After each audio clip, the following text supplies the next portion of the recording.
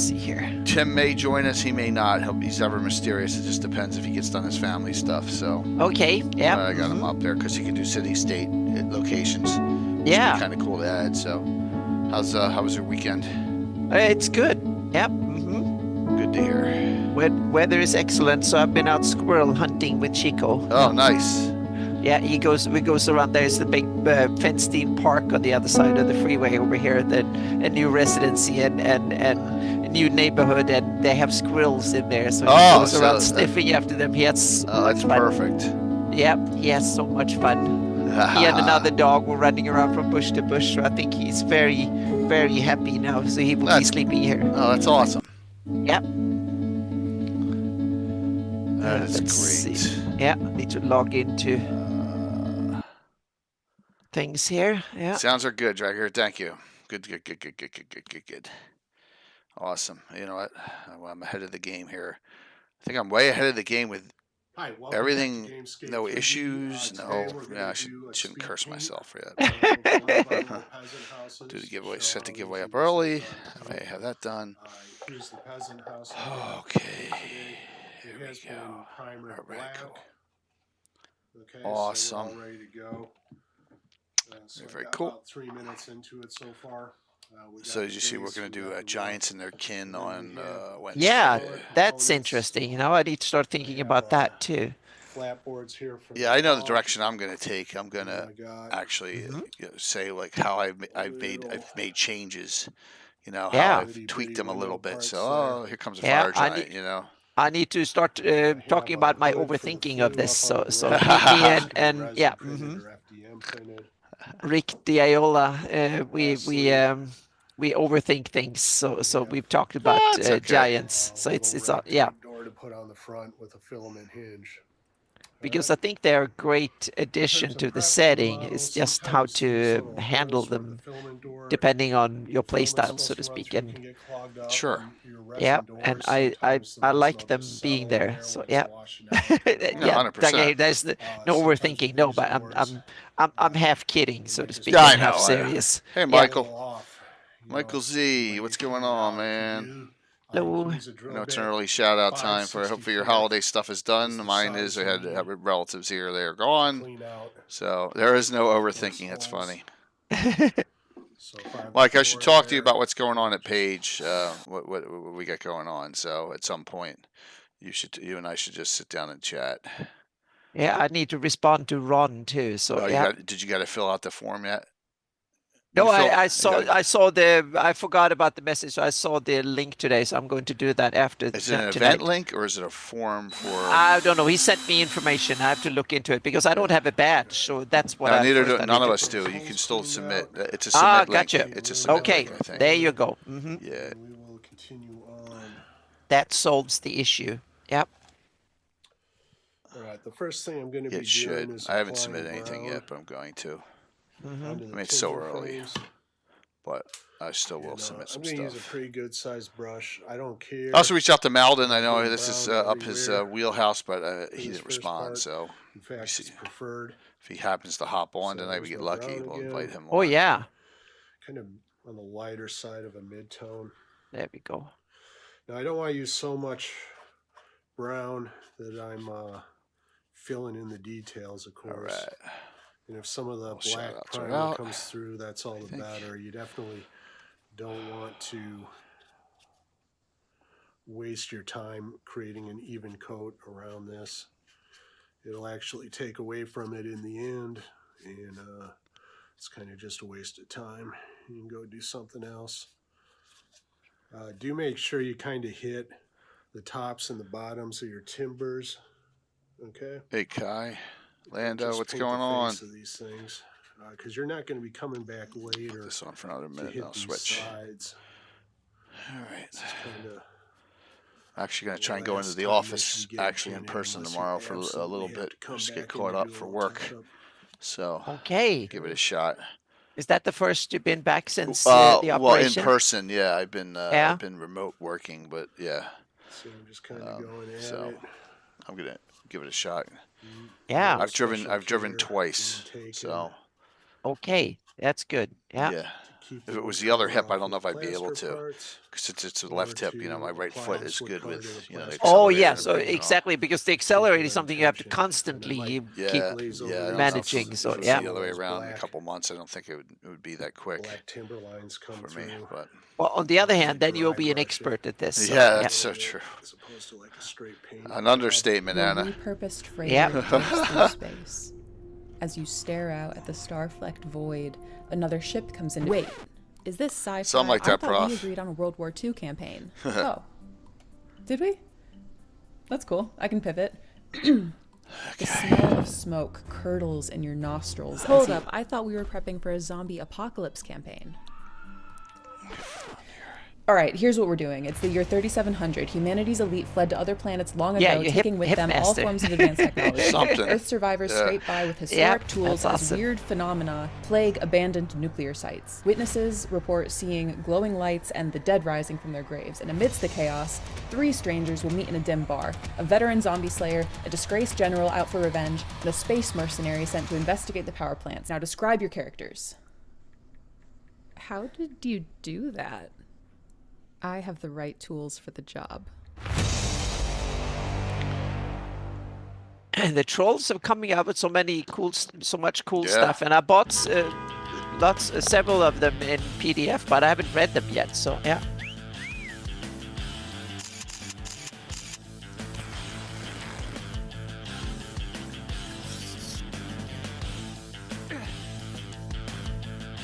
Oh, Dragger, did you just want a gift certificate? Oh, but that was for Frog God, wasn't it? Oh, they got good stuff too, so. Day 4th. Oh yeah, yeah. Oh, cool, Lando. That's awesome. Yeah. Nice. Thank you. Yeah, the festivities are done here, so. We're in good shape.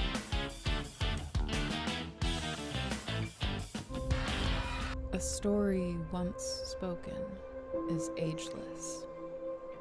The dungeon imagined. May have a lower viewer turtle tonight because of the holiday, but that's okay. Are the ones I like how most Michael's like, did we courageous. do good? Did we do good? And he like rated out with like 131 on Wednesday night, Anna. That was pretty funny. Yeah. With Michael Clark. Oh yeah, that was a great show. From countless voices. Hello, the Mike. castle takes shape. Hey, Von Zagic Molku will Bane, test Asher. the enduring. Yeah. What's up? Those unlucky will never escape.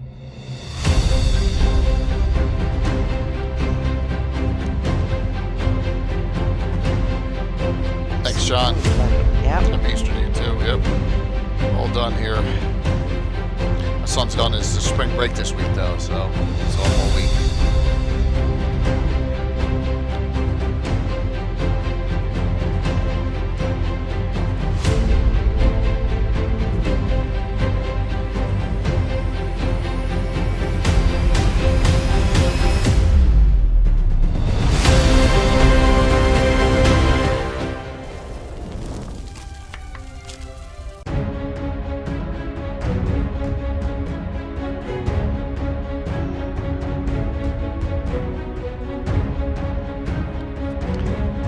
Haven't had jumbled 45s lately, which is good.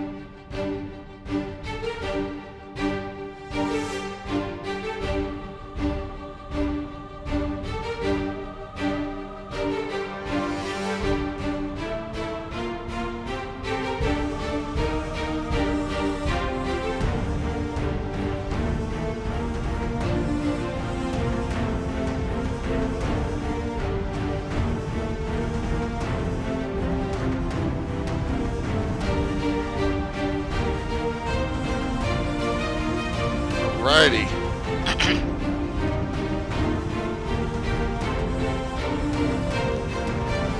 Variety games that don't suck version 2 through Goodman. Cool.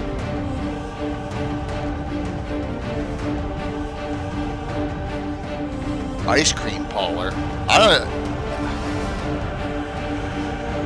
Yeah, you gotta remember. I don't know if our man Hoops there has sells kumquat ice cream, but he sells a lot of other stuff. So, hey, darling.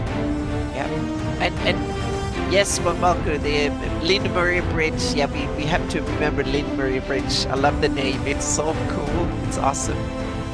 By the way, Anna, Darling, and Bones both got the official invites to VIP guests for Paige. So that worked, that's awesome! Congratulations! Yep. Yeah.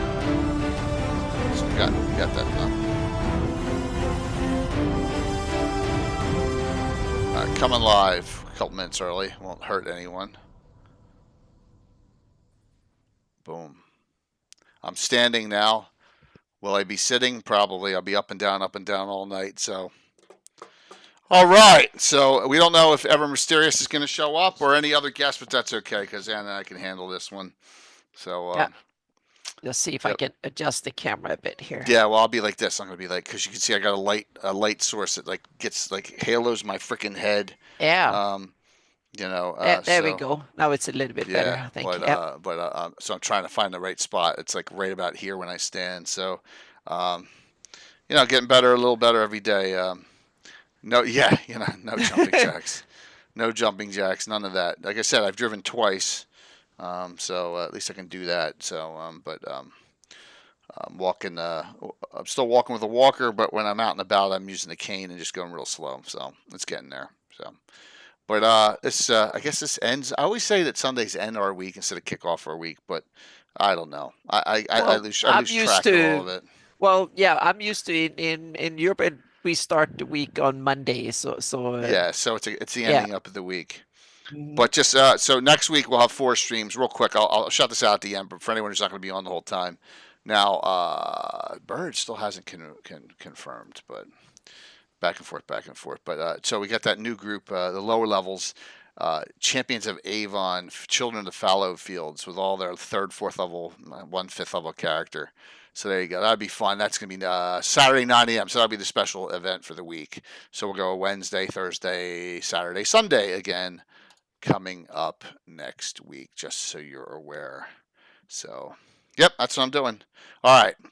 So, kind of got this idea from Anna talking about at the end of Wednesday night, talking about like, you know, just some things that she's thinking about doing for GREYHAWK with the merger.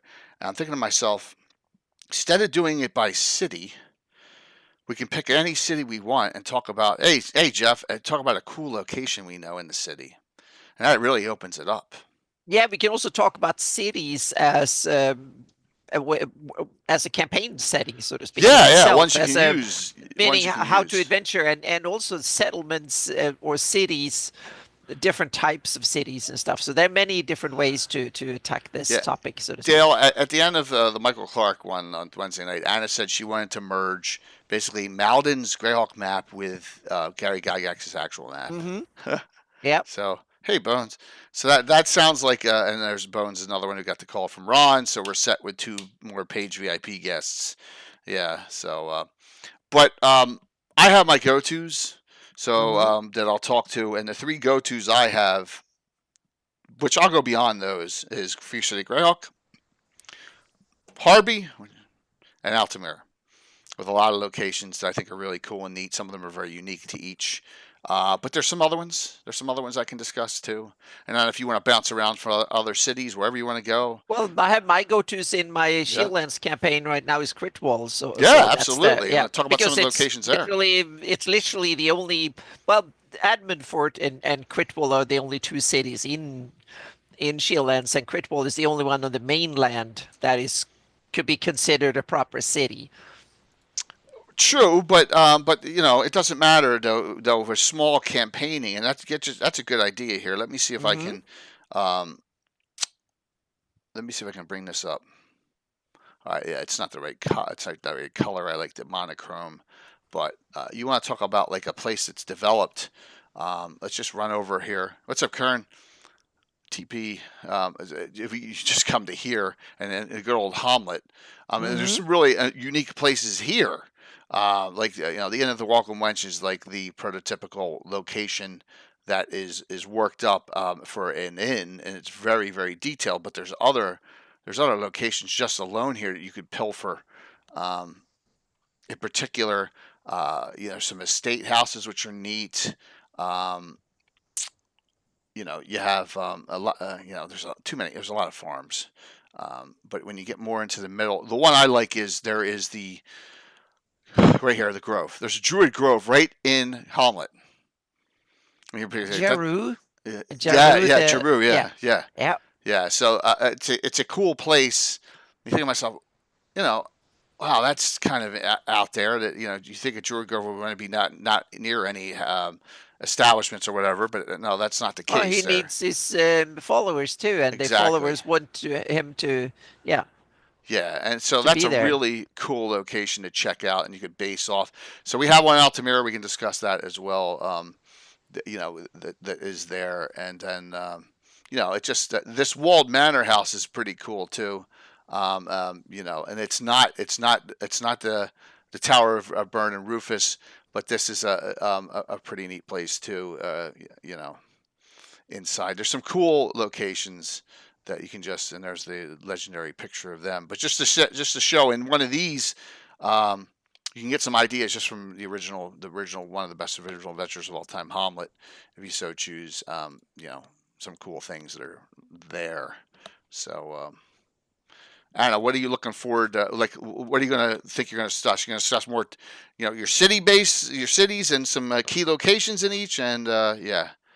Well, that and also for the role of a city in your campaign, so to speak. I think that's for me, it's like a good way to start thinking, because if it go back to the early D&D, like OD&D times, then there was like two places. It was the dungeon where all the adventuring. You went into a hole in the ground, literally or figuratively, and went around killing things. And then you took the treasure back to the hall, to the city, had R&R, got your sold your stuff, bought new gear, and recovered from your wounds, and then you took off again down into the dungeon. Meaning that was the really old school of doing things. Yep. So in that sense, cities have always been, and often they were a city because you needed to have like a cool place and then you can have started to have adventures in the city as well.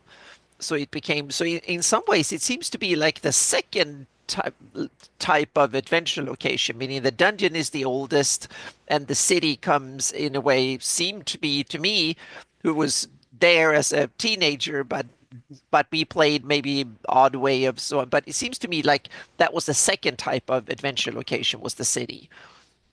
Yeah, I mean, when this came out, and thank you, old DM, really appreciate it. When this came out, it was like, wow, this is novel. And also both of them are treated a bit like a sandbox, meaning you're supposed to go however you want between the different locations and do things, uncover plots and interact with the NPCs and stuff, and do things at the various locations. So they're much more free-spirited sandboxes rather than the go from room to room dungeons back in the day. Very true. So a little quick side note here. So this is Folks, Feuds, and Factions, right? That's the second book in this set. And so if we come up here to the first book, this is the Gem of the Flanders, so it's GOF. Mm-hmm. Thanks to Wolf Alone. If you look at it, it's by Doug Niles, right? Now, Doug is confirmed to come on in June 1st, right? On Sunday, June 1st. That's awesome. In talking with him via email, he has no recollection of making this book. Uh-oh. So maybe talking to him a bit, maybe he can read it and refresh his memory. I thought that was funny. Yeah, he doesn't have any recollection at all of making it. So, yeah. That means you've done a lot of good stuff in your career. If we could, Yeah, he's got a lot stuff of like this. he's got a lot of good stuff. Yeah, yeah. Orleans Yep. good there too, Jeff. That's I remember I had that out my table a couple of years back. I just named it something different because I replaced it. But so like if we want to come down here, let me go. Let me just show you one the old city. It's good 84. So and just an area that's like wow, that is so cool. And you'd think to yourself, well, what's so cool about a fire? But so here it is. All right. The Great Burn. Now, depending on your time frame you're there, it may or not be there, but I think for most people you should have it here because it's really cool. Plus, there's an adventure that someone did in the community a long time ago that I've used in this area too, and it's really fantastic. So a decade ago, a great fire consumed this portion of the old city, causing a great loss of life, especially among children and the elderly. Rumors claim it was set by the Beggars Guild. So this is during that war. You know, the scar of the fire remains, perhaps left by the guildmasters, a reminder to thieves of the perfidy of their old city neighbors. It's a haven of dogs, rats, cats, and crows. Rumors claim the burn site is haunted by ghosts of those killed in the fire. So there's a whole write-up adventure for this, and it's awesome. So just from that, I think, wow, it's cool. You have an area of ruins inside of GREYHAWK in the old section, and I think that's kind of not even a building. You know, it's not even an inn or location, but it's a location that you can work on and write up your own stuff for. Smack dab right in the middle of the city. So that was just one I'd like to share right off the bat. And we did a lot of adventuring in that area, in particular because of, I have to see if I can find it here. I bet you I can find it. See, I wasn't prepared, Anna. No, it's okay. These are more freeform on Yeah, Sundays. So here it is. Wow, wow, that was easy because I remembered the name of it. Yeah, we don't have to be that prepared. This is by Brian Doherty, who it's called A Case of Measles. There you go. Yeah. So, and it's for first level characters. And that is, if you haven't, it's a great way to get into the city to start.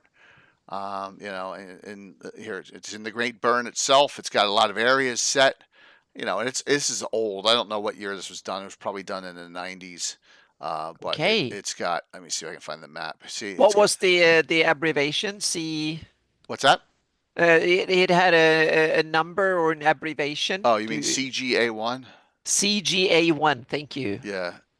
So I think I found this on the AOL boards way back in the day. And I got it too. So I found it back there you go. Too. And here's the area of the Great Burn with all the ruins in it. And Zorbo's House of Fun. So it's set there. Cool. It's a cool thing. And it's just like, there you go. That's and that's what discussion's all about. Cool locations.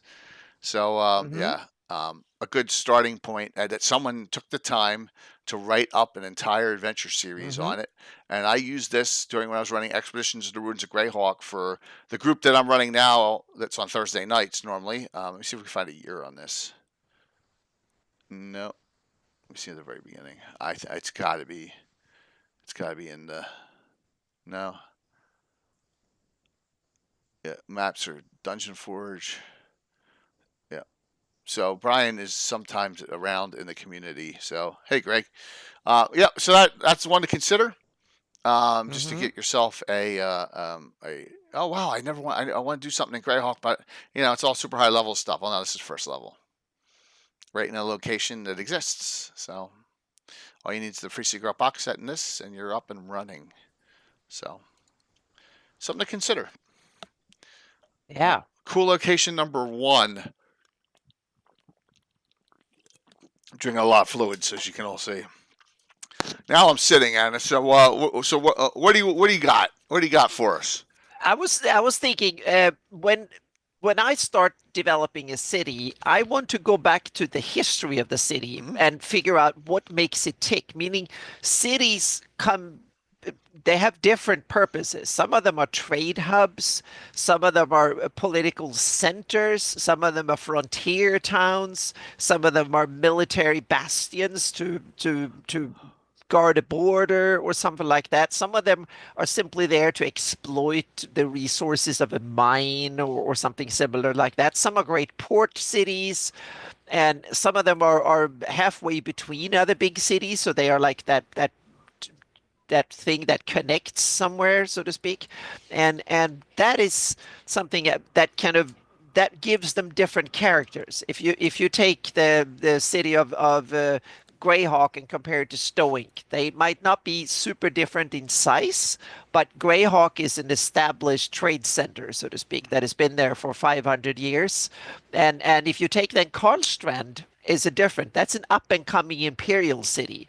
I think it's much more political. It has much more political ambitions and stuff like that. It's a seat of power trying to be projected outwards and stuff like that. And Stoic, on the other hand, is that kind of a warlord built a trade nest on the border between the good lands and the bad, and it's run by the bads, but it's on the borderlands, so to speak, literally. And so these things that can be give a city much different character, so to speak, who runs it. And you can take Divers and GREYHAWK, meaning Divers was the seat of political power, way more powerful than GREYHAWK, but then with a flick of a political switch, all of a sudden it became second, so to speak. Flick of something, yeah. Yeah, exactly. After Furundi and the western half of the Great Kingdom simply decided to secede and strike it out on their own, Divers lost its political empire, so to speak, and its role as an imperial seat of power. A bit like Vienna in Europe. It's still a great city, but it's significantly less in political power. So in that way, it might have been an old city. It might have been way older than GREYHAWK, but it lost its primary function and then have to reinvent themselves. And a lot of cities in the real world also reinvent themselves. And that, to me, that story of a city, to me, is really important in order to get the right vibe, so to speak. When I send the adventurers, I want to know, is it a rich city? It's a city that is growing economy and its citizens are eager to grasp opportunities or stuff, or are they a city in decline where everybody's desperate, clamoring to whatever crumbs that are still around, so to speak. Or corruption is rife, so to speak, and so on and so forth. So there are many of these different dimensions that I think are, at least for me as a DM, I want to have them in the back of my mind when I plan and when I execute, so I can kind of, because you want to paint a picture for the players, what they come into. Is it a den of thieves? Is a thriving hub of commerce? Or is it a safe haven for people traveling or from people from distant lands coming to port? Or is it a frontier place, a safe haven from all the monsters that are on the other side of the border or something? So, yeah. Options, and that's the good thing. Yeah. And a lot of big cities, of course, have more than one of these, but they might have a couple of them that are the dominant one, so to speak. It might be a religious center more than a commercial one, for instance. But commerce is second, is there to everybody's trying to sell you idols and and blessings or whatever it is and stuff like that. So one can come from the other, but it might be, or it's simply political. That's where the emperor rules. And like Rossi's, for instance, probably both the commercial hub, but also the seat of power more than anything. So people who came there to try and get the eye and the ear and the fortune of the emperor, so to speak. Oh, I think you say the eye, the ear, the hand, the foreskin. Yeah, whatever. Yeah. At least to get like he will look at you a little bit and at least acknowledge you, or one of his henchmen and acknowledge you. So you want there to try and bask in the glory a bit, so to speak, or something. So. All right, let's bounce to this place here. Just give you one. And I got a whole slew of really interesting, cool places. So this is Harby. Yeah, Harby is a great example, I think, of a city that can have ancient roots. It's a port city, really important port city, who then much later in its life became both the rival but also the partner to Greyhawk, so to speak. And to me, it's interesting where you have Hardby and Greyhawk both have a partnership but also a rivalry, which I think is kind of interesting. So they're both codependent, but they also have probably very different culture and very different background. So yeah, sorry. That's okay. No, Yeah. that's good. Yeah, I was just responding here on because so as you can see, I'm like reaching up. My laptop's up here because now I'm down low. So all right. So with Hardby, there's a lot of locations, but this one, and I think we talked about this with Paul Luby and crew when they were on. It assigned to the tarnished idol in the Dock District. And what's really interesting about this is it goes really off the beaten path for deities that you're used to. And so it says sign of the tarnished idol, CD rundown keg house, a back alley close to the waterfront. So rotting. Can you imagine having rotting straw on the floor? Ugh. I guess it's just to soak up all the fluids. Yeah. Yuck. Except in one respect. Each midnight Rugra, and she's a female half-orc, the uncouth half-orc woman who runs the place, makes all customers pay homage to a tarnished green idol set above what passes for a bar. Most customers used to the midnight service pay it no mind so long as the ale keeps flowing. So last winter, Travel Keylander took one look. Which is that a Dungeon magazine? Yeah, this is Dungeon. This is Polyhedron April, Dungeon of April 2004. This is Hardby City scored by Paul Luby. Yep. Dungeon D&D books, Dungeon or Polyhedron. Dungeon April 2004. What number? That's a good question. Whatever April 2004 is on it, because what I did was back in the day. I just JPEG'd all these. This is before I had a PDF. I mean, so I have them all individual pages. Yeah. Yeah. So someone will be able to find that. It's a Living Greyhawk. It's one of those Living Greyhawk articles that they threw into Dungeon. See, Living Greyhawk approved. Yeah. Later. That Paul did. Yep. So, I combined this with Earth Journal's 10's version, and I merged all the information of both them, which is this map from Earth Journal 10, which I merged into one picture. You see I have them all color-coded to note all the locations. So, yeah. And that's Earth Journal 10. But this is, gosh, I don't even want to guess at what number. I'm going over to see here. I think I'm close now.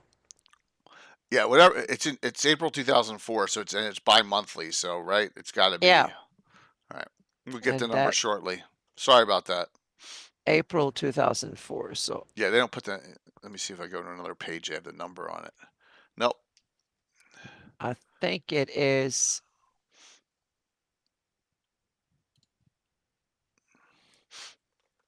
April 2004.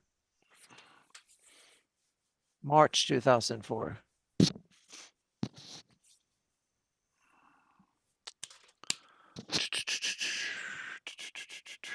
April 2004. Here we go. Maybe they were monthly then. I think then Paizo took over. They became monthlies. Yeah. I'm just trying to. Dungeons. Yeah, I'm trying to. Yeah, great. It's back in the day still here. Yeah. We got a number? Yeah, I'm trying to convince. I think I have the April 2004, but I don't think I see. Oh, yeah, it's 109. 109, everyone. Yeah. Okay. Yep. 109. It took a while to oh, good.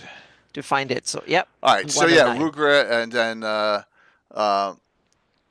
he fled the Tavern of Terror. His bloodless body was found 2 days later, high in the branches of a tree, a league outside the city. So, the idol is devoted to Camazotz, the chaotic evil lesser bat god of the Olman underworld. Now, also, I think you run into Camazotz if you do original Hidden Shrine of Tomoakan, right? So it's like, it's one of those. Thanks, Greg. It's one of those deities that you know, is in deities and demigods, and it actually got ported into the GREYHAWK, and I don't know if it's used in Forgotten Realms, but it's definitely used in the GREYHAWK. And it's a Mexican deity, if I recall, originally. Yeah. Yeah, Camazot's the bat god. So, yeah. Um, I think it's Interesting. cool if I want to see because Hardby has such a natural location, so to speak, Yep. meaning it needs to be a city there. So to me it makes sense that if the city has a really old origin, so that might be old Flan or even older origin originally. So it might be a lot of stuff that is remnants of old, so to speak, Thank you. in Hardby. So I see that GREYHAWK probably has more modern roots that doesn't go anywhere near as Right. deep as Hardby. Yeah. Oh, it's Aztec, is it? Oh, okay. Whatever it is in the deities yeah. and demigods book, I know it's in Yeah, there. we have to ask Carlos Mondragon. No, yeah, he would know. Yeah, all we gotta do is just look it up. Yeah. In deity in the original deity, but like that's a deity. Like wow, it's a little off of the. Yo, our men. Hello. Ah, it's all good, man. Yeah, we missed you at Gary Con, dude.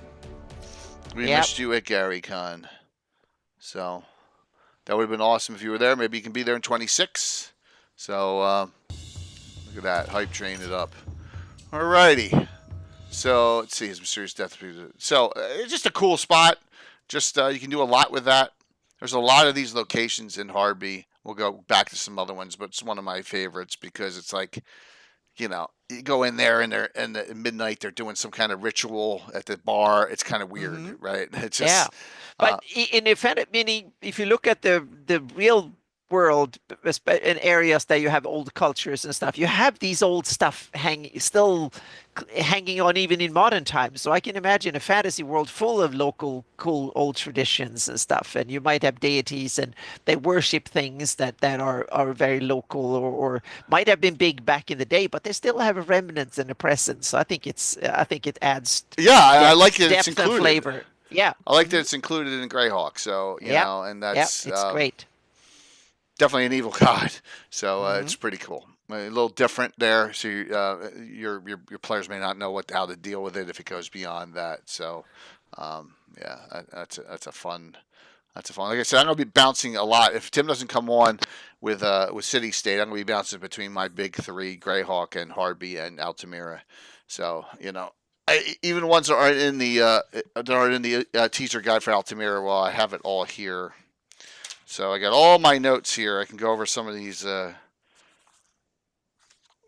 ones that I didn't feel comfortable putting in because probably a lot of them had childish names. But yeah, you know, it's just you can make with it as you want. So yeah. Hey Wayne, what's going on?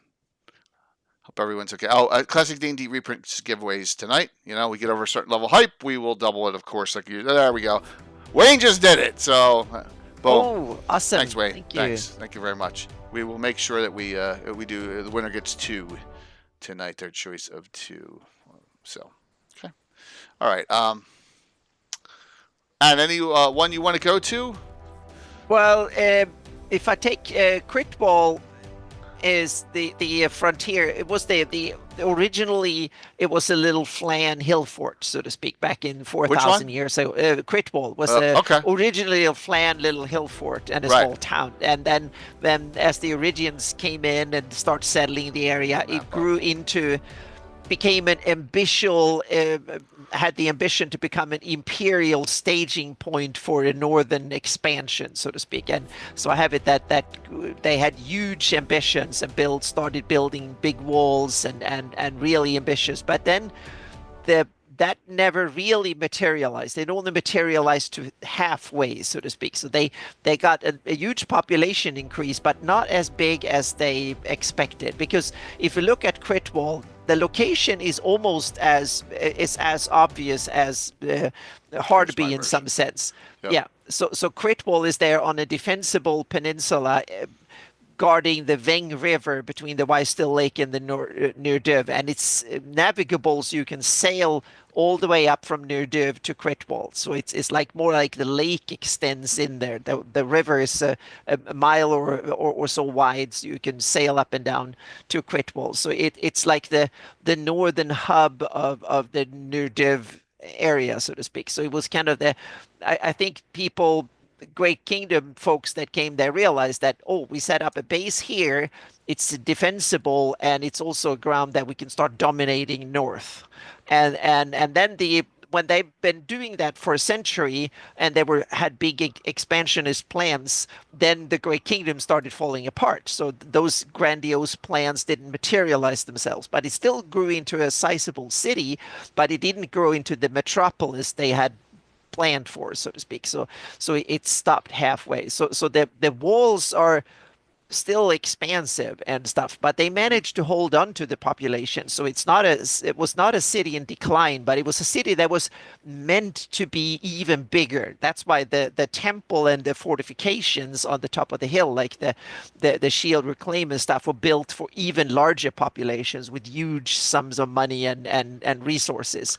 So in that sense, it was staged to be both a bastion of military presence and a religious site, so to speak, to show off the For those temple. of you that don't know what the shield reclaimed is, both Anna and I it's have from there.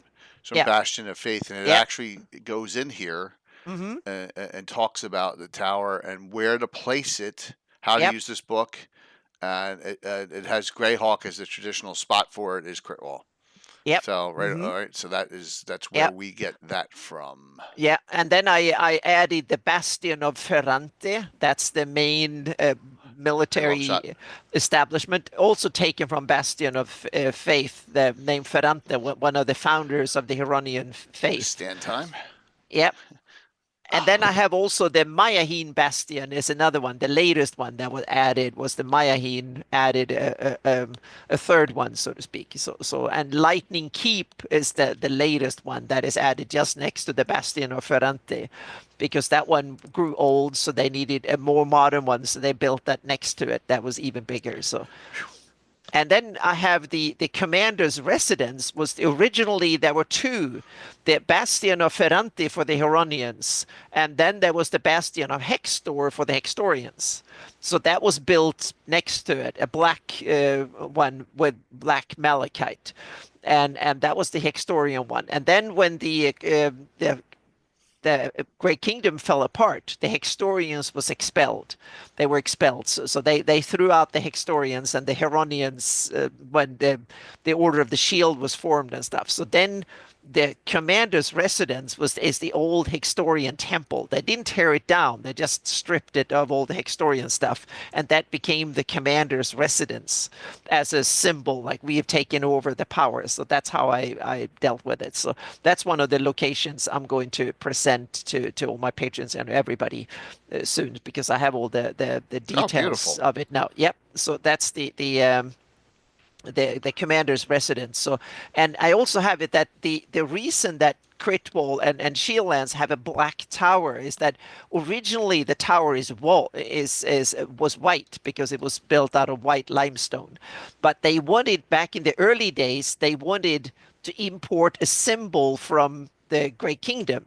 So they took black malachite that the malachite throne was made of, a similar material that thankfully wasn't that it wasn't that evil, but the Hextorians brought it, so to speak. So they brought black malachite, put it up on top, and to symbolize, so they could show that it had a connection back to Rossi's and back to the home country of the Great Kingdom. And that's why the black tower symbol, it comes from the black malachite. That's the story I take. But then what they did was that they took down that, after they expelled or they seceded from the Great Kingdom, they took down the black malachite, and now they put it on the floor inside the commander's residence.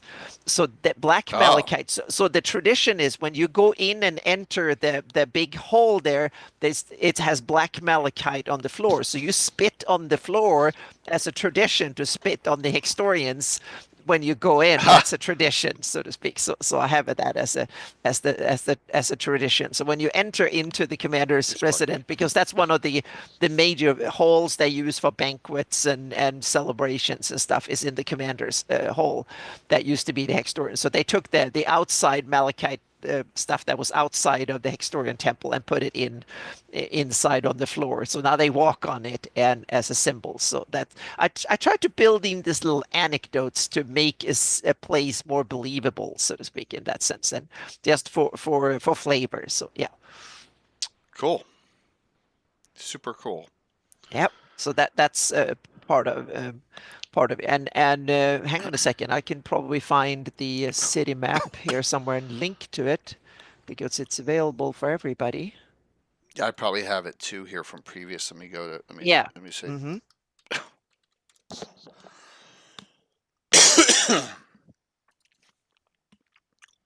Oh yeah. Okay, good. Yeah, I'll see if I can find the link here. So every so many, I clean out my old Legends lures and my Gabbins and some old adventures. I throw them into my D drive off my C. I just gotta check them. Yeah. Tickle cough, allergies. Okay. Here we go. Nope. Yeah, I have the. There you go. Awesome, and I put the link in chat. Good deal. There is the link, or you can even go to. Here is the link to the page on my website, so you can read some of the stuff. Updated. And I think I wrote the history of the whole history of the city too. Yep. Got a lot going on. Lots and lots going on there. Yeah, here comes the here I have a link to the city here is the history of Quitwall.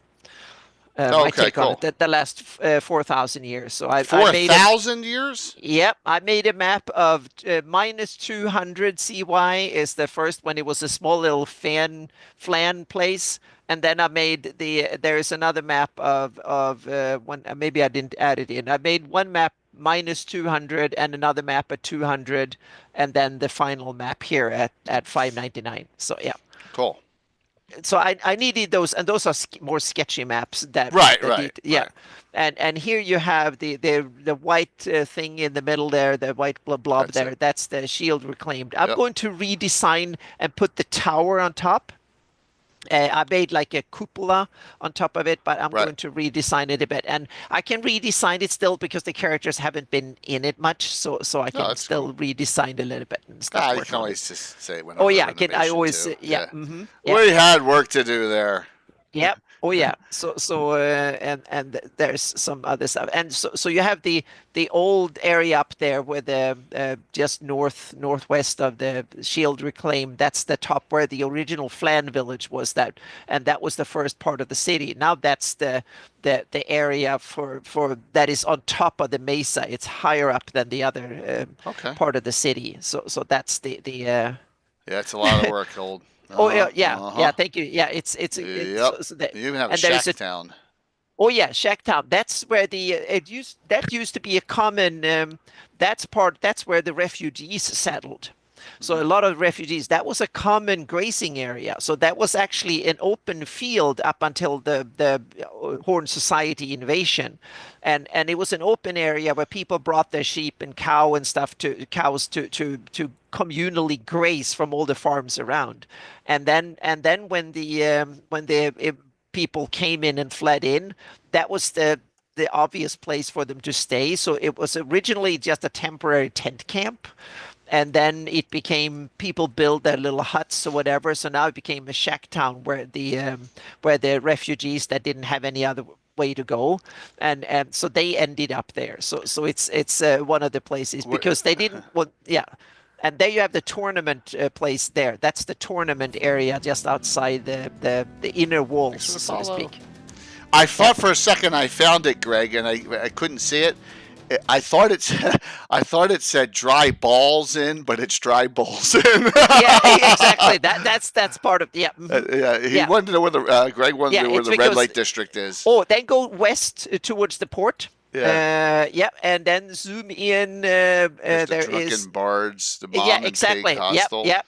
There you go. Exactly. It's in that area down by the it's in those Mom and Pig, the Drunken Bard's Tavern, etc. So those old Barrow Pub Yeah, and Keg Street and stuff. So it's those backwaters. So there you that's go. where the most seedy parts of the city are down here That by the is port. funny. Yep. Awesome. Yeah, and then there's the Navy part side, so to speak, that is walled in just south end of the Yeah. port there. That's where the Navy and the official ships and the naval yard, so to speak, is there. And then the West Port and the Veng Harbor are the where the commercial side of in and out. So that because Critwall is a city that does a lot of trade. Used to be the trade up and down the Vang, so to speak, will trade hub. Now that Right. has been reduced, but what they have Let it done go instead south. is that they start to import a lot of stuff from Furundi, because now since most of the countryside is still occupied by Ayus in my campaign, so the Veng Harbor is now a major import hub from Furundi. So Shieldlands is running a well. I don't want to go political, but they run a trade deficit with Furundi still. I can imagine. Yeah. So they're being supported by the Furundi because King Belvor wants Shieldland as one of his provinces in the future. So he's investing heavily, and Katarina is also investing heavily. She's funding a lot of it, and her real dragon dad, so to speak, is funding it a lot of it. So Shieldland is one of these like under Baby town. wartime experiment to expand political presence, so to speak. So it's a now one of these bricks or like cards in the political big play in GREYHAWK in my campaign. I'm getting there, B Town. I'm getting there. Yep.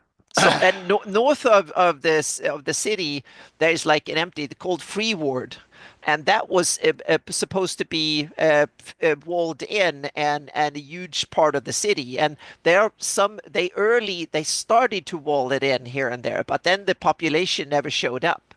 So all that they wanted to have thousands of more people coming from the east to settle, but they didn't show up. So this was left as countryside. So this is a lot of grazing areas, and it's also where the retired officers and stuff that are. If you serve the country well, you will get a little farmstead and stuff here. So it's being all the retirees and stuff. So this is where they graze a lot because it's fairly safe. So a lot of people for the so and a lot of people who have sheep and goats and whatever, they take them out during the daytime and go grazing. So that has become the new grazing area and stuff. So it's being a supportive area, but it was supposed to be city, and that never happened. And Right.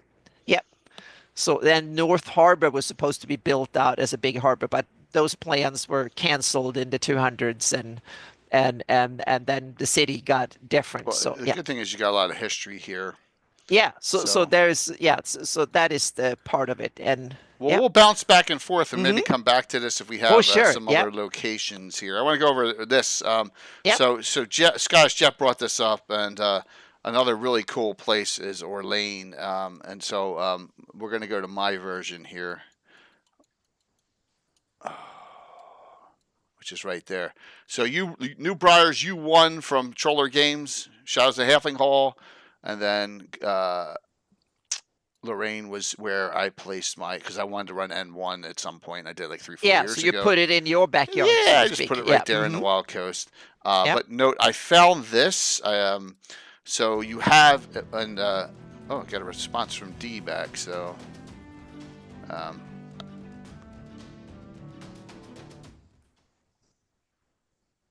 yep. So we are co-lurking on channels, So, all right. So I love now another thing. Doug Niles again, June 1st. So I imagine Doug remembers this. Hopefully, yeah. since it's a classic. Such a great map, right? In 2 parts, but Oh, I yeah. found it. I thought I didn't have any on it, but I have one picture, and the problem is it shows the 2 ends up front, really, and doesn't show much other than that, but let's show it anyway here.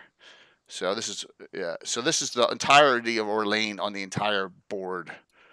Back in the day, so you got the one where the nice people live, and this is the one where they get attacked at. Not the one way back here. This building back, well, I don't know if you can see it. Way back here is the one where the 3 troglodytes are hanging out. But yeah, so this is the one where they get waylaid in, and so that is, and there's the temple, and what's really interesting about this is the locations in this. Like I said, you can use these locations for any of your other adventures you want to do. But what I liked about this is, and the deity in here is kind of unique, right? And that's why I wanted to bring this up. Was I don't know, Anna, if this deity ever makes another appearance. Oh, Merrick? Yeah, Marika. Oh, yeah. No, I think that's the only that was the first presence. I think she's mentioned in later stuff, like the Living Greyhawk Gazetteer mentions her, and during the Living Greyhawk she made a renaissance because she was official content. But I don't think it was. This adventure is probably not originally written for Greyhawk specifically, but she was kind of entered as a. And I have it as one of the Flan deities, so to speak, one of the many in the Flan faith, one of these originals. It makes sense. It makes total sense. It's like part of the old traditions locally, so to speak. So yeah. But it's a deity that, like, we'll ask him in about a month. Yeah, exactly. We'll ask him some details on it. If it's his own guess from his is campaign. That it was. My guess is that it was not originally intended to be in Greyhawk, and then it was. It was poured in just like a lot of other stuff. And then America, the name stayed, and I like it. I like these local little variations on things. So yeah. Hello. Let me see here. I got so many. There we go. Yes. So, but another one that has some great individual locations that are really cool. It's sandbox, very great little sandbox too. Great little sandbox with a lot of you take raw first level characters in this adventure, they're gonna get slaughtered. You need to have. I'm saying you can have first level characters in this, but they need to be experienced players. It is a tough adventure. Especially with everyone, you don't know who's your friend and who's not. But the Golden Grain Inn is here, which is really cool. They're getting waylaid. The adventures. Yeah, and good illustrations. Is that Holloway? I don't know on this one. But it's one of these. Yeah, that did so many great ones for Dragon magazines as well. So yeah, it's a tough one. Out of the firsts, it's tough. It's the toughest, in my opinion. It is so. Yeah, the trogs are everything's tough. The end is tough, extremely difficult. And those trogs, they look tough. If you look at the illustrations, they look really tough. Definitely. Yep. But like, let me see. Oh, I love that picture where they stand there and argue of what direction to go. There's the bridge. And I have the bridge in mind, exactly. It fits. It's actually just the buildings look a little bit dull, maybe, but I love that illustration. There's my bridge right there. See? Yeah, exactly. You can see that it matches the map. I did that, and when I did Holland up, at the old house, I did. I tried to do it as close as possible. There was a little weaver's hut there, if I remember correctly, because I think we went in and talked to her. There's all sorts of different things, and there's also a just like in Hamlet in N1, there is a person out in the wilderness area on the outskirts of the town, and that's a wizard. So that wizard can help you out if you find him. Ramney, here he is, Grove of Stately Elms, right? So there's another one of these people that can give you assistance. And now I'm sitting again, everyone. If you don't mind, my foot is starting to bother me. So I'm going to sit again. Up and down, up and down. Yep. So. But yeah, it's a cool adventure, and I know Jeff mentioned it, so I wanted to bring it up. Even though it's not a city, it's close enough, to the size of something that, classic locations in it that you can utilize in your game or talk about, And like in the Solving Serpents is where the good place. That's the one you don't, so good one to run too if you can find it. If you're running 5e, I'm assuming there's a 5e conversion for it. So just another one to bring up there. And it's one that I hadn't run in all those years, and that's why I moved it. So third level, right moves. First level, you're gonna get slaughtered. Man, you're gonna get obliterated. So it's the one Tim got mad at me because his barbarian went out by himself, and then they got him, and they captured him, and they possessed him and all that stuff. So because he wanted to find a pig to because he went up to second level as barbarian cleric. So yeah, that happened live stream. It was funny. So all right,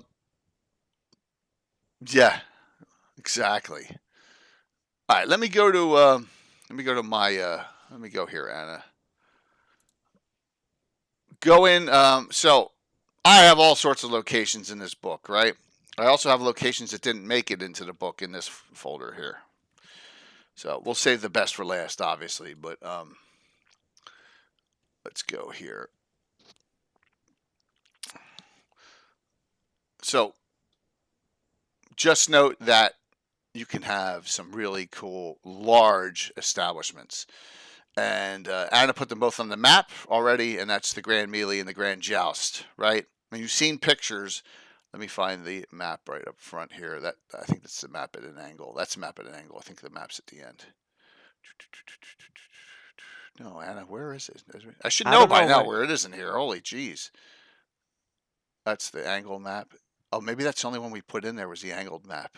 Yeah. Put the above map. Yeah, exactly. We probably didn't put the above map in there.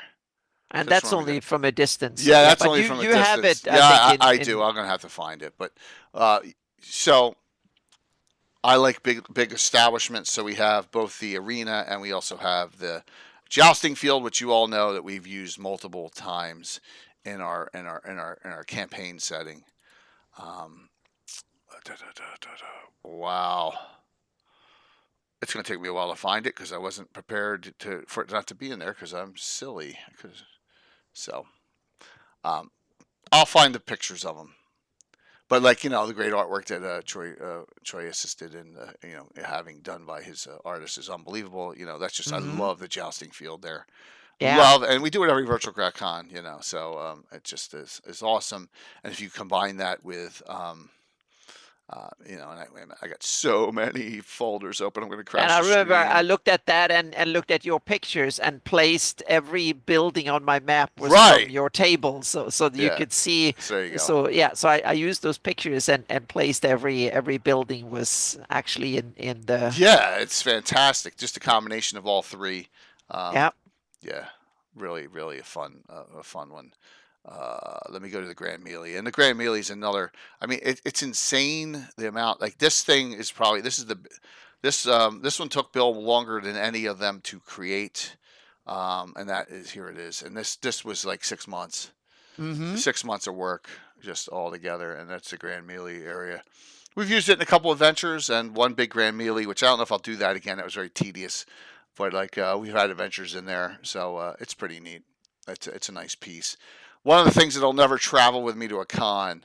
Oh yeah. It's so cool there, Rachel. Like on the side, here, like on the side vendor, look, he's got the Acquia Legio stand, and like how adorned up that is on the side. I mean, it's just really high level of detail that's done. Really nice. So yeah. But that is that's an old sponsor. That was Infinite Dimensions Games, and that took a lot of.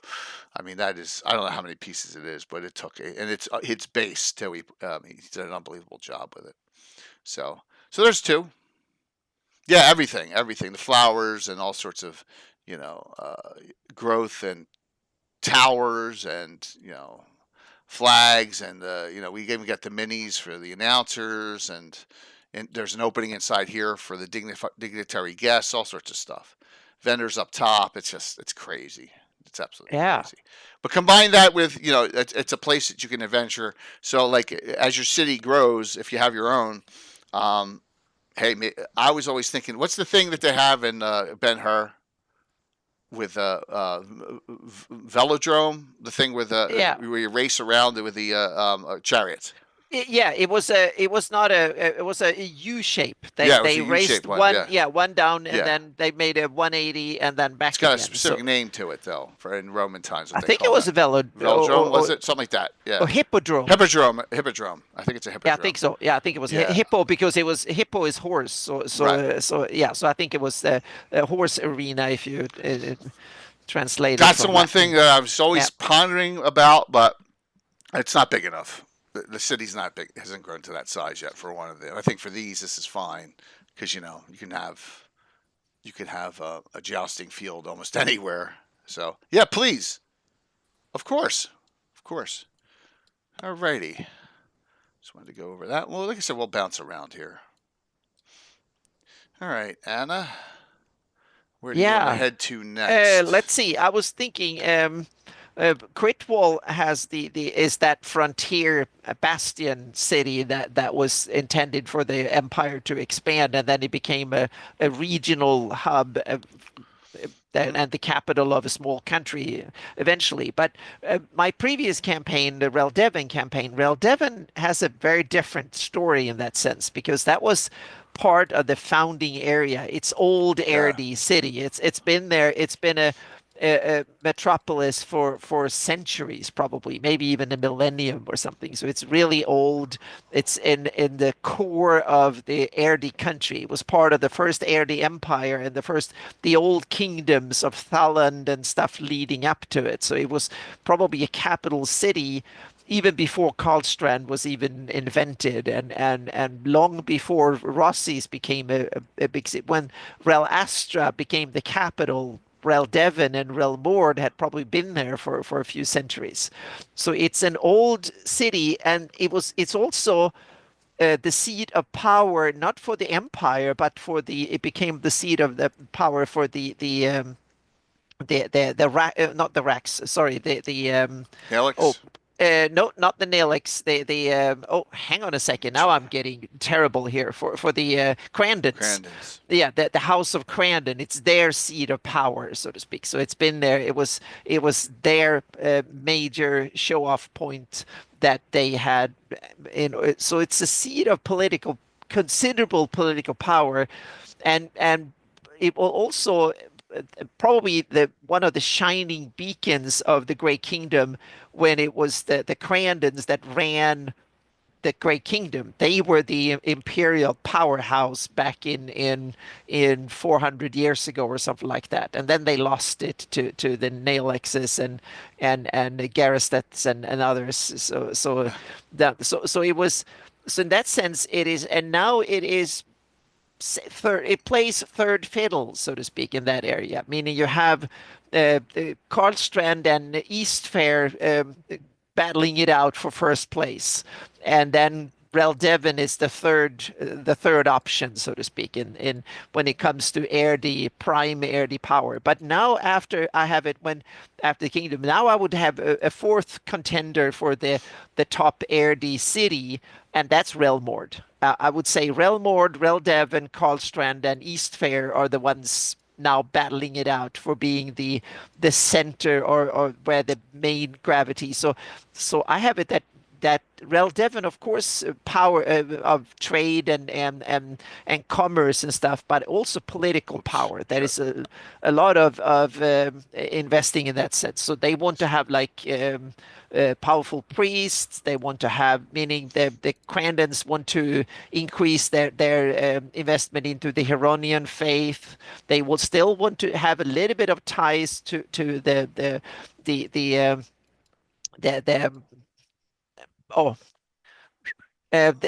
king of, the lord of the coin, so to speak. Hang on a second here. I'm getting terrible. This is when I go unprepared, so to speak. I know what to say, but I forgot the name. Anyway, so you have the god of money and Siltius. Thank you, Gary. So That is, so they want to have ties. So it's also a seed of diplomacy, because that's another, I think, coming role of Rel Devon, is to try and mitigate between Nyrond and Karlstrand, so to speak, between Rel Mord and Karlstrand, to be the go-to in between. So they need somewhere, and they are still inside the United Kingdom of Elissa, but they are strong opposition.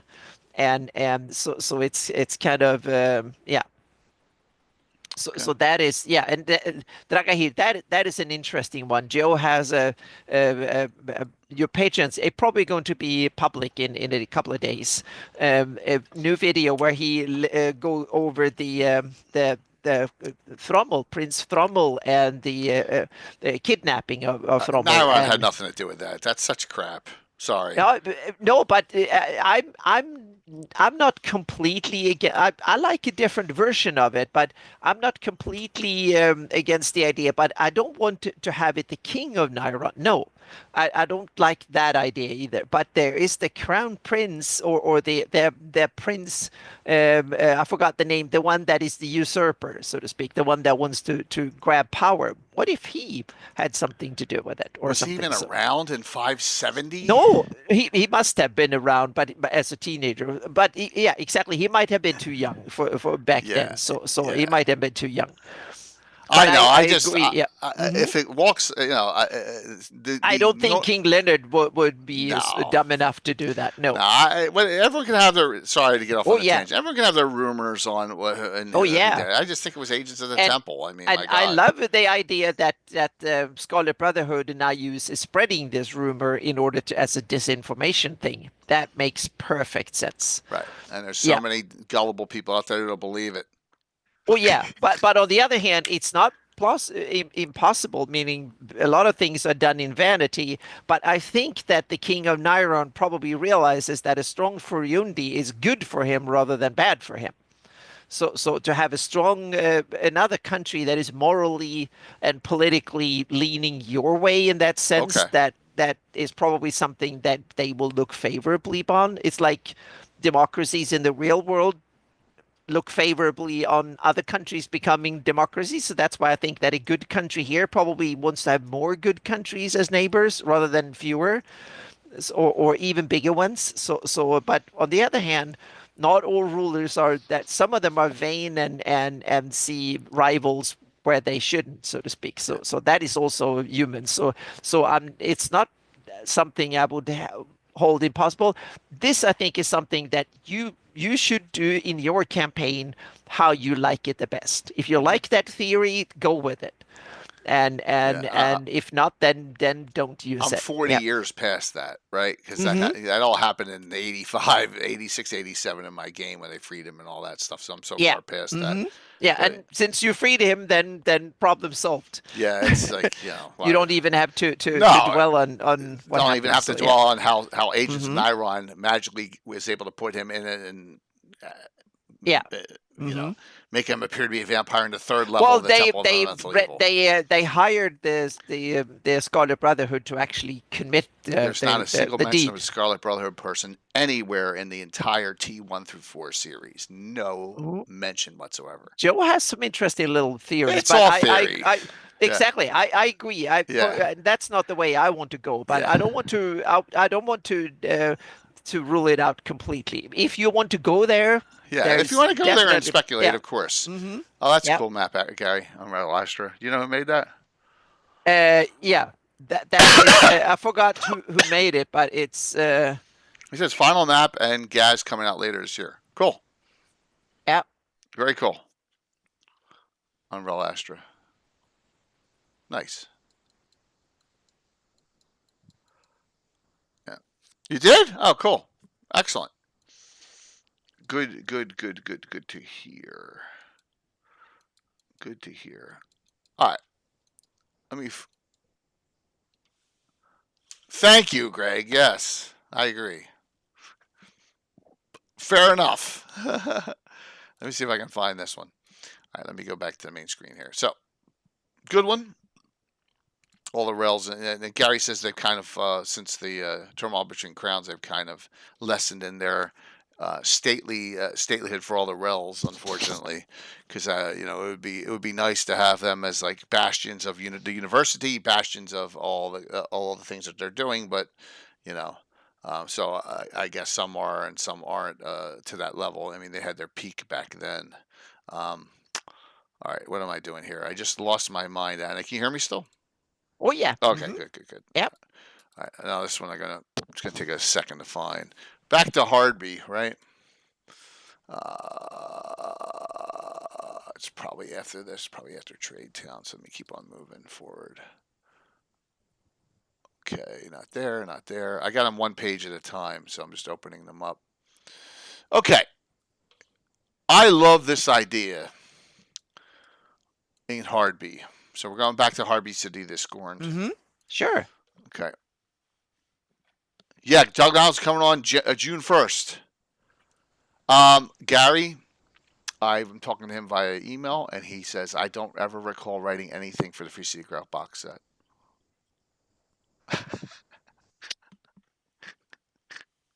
So maybe not.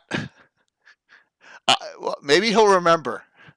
Hopefully he will have an epiphany. Yeah, I think he'll remember N1 and Horror on the Hill and all that other stuff. So yeah, and all the other things he did. I wouldn't worry about it. So yeah, all right. So it's very possible. Okay, so they have an organization. Founded early in Hardby's history, the order was originally called Yevas Yal Akusin, which is an ancient Sulis order of the true womanhood. So this well-appointed walled estate is the Order of the Throne of Wood, a female-only society dedicated to furthering the cause of womankind and the Flanders as a whole, and Hardby in particular. So we have our venturing groups, and you need to be sponsored. You need to have a sponsor to recommend you to get in. And I have NPCs that, and there's a lot of NPCs noted in this, and there's Journal 10. So, there's Deirdre Longland. I have one Francine Debronay, who's one of the heads of the College of Magic in Hardby, and so we have. It's almost like a. It's not the rule. It's not the main government, but it's like I don't know what you'd call it in equivalent times. Maybe it's like the skull and bones of Hardby, right? The secret society, but all of women. But normally the followers have to be of Alana, and now Ouija or Mayheen. Normally they don't let anyone else in unless you are. Thank you, Patrick. Unless you're one of those three, and so. We have there's a lot of political intrigue going on, especially with Alita Norbalos being in there, being the bad lady that she is. As you can see, they talk about it here. The covering of the Stern Lady followers Ouija has lent their support to Alita Norbalos. Yep. So there's a lot of infighting going on, but it's a really cool way to get your player characters involved in some intrigue in Hardby and also some, subterfuge. Just have to play some female characters to do it, which is no big deal for us. And that's interesting. I mean, in some cities you have a despot that has absolute power, and everybody is trembling under the influence. And other cities are a den of intrigue, and there are many different power centers, and the central rulership is very weak. Is constantly trying to meddle between the factions and all of that, so to speak. And the only thing that can unite them is that if there's an army trying to come from the outside and lay siege, then they will all unite, and so you can have cities that are very disparate and so on. So yeah.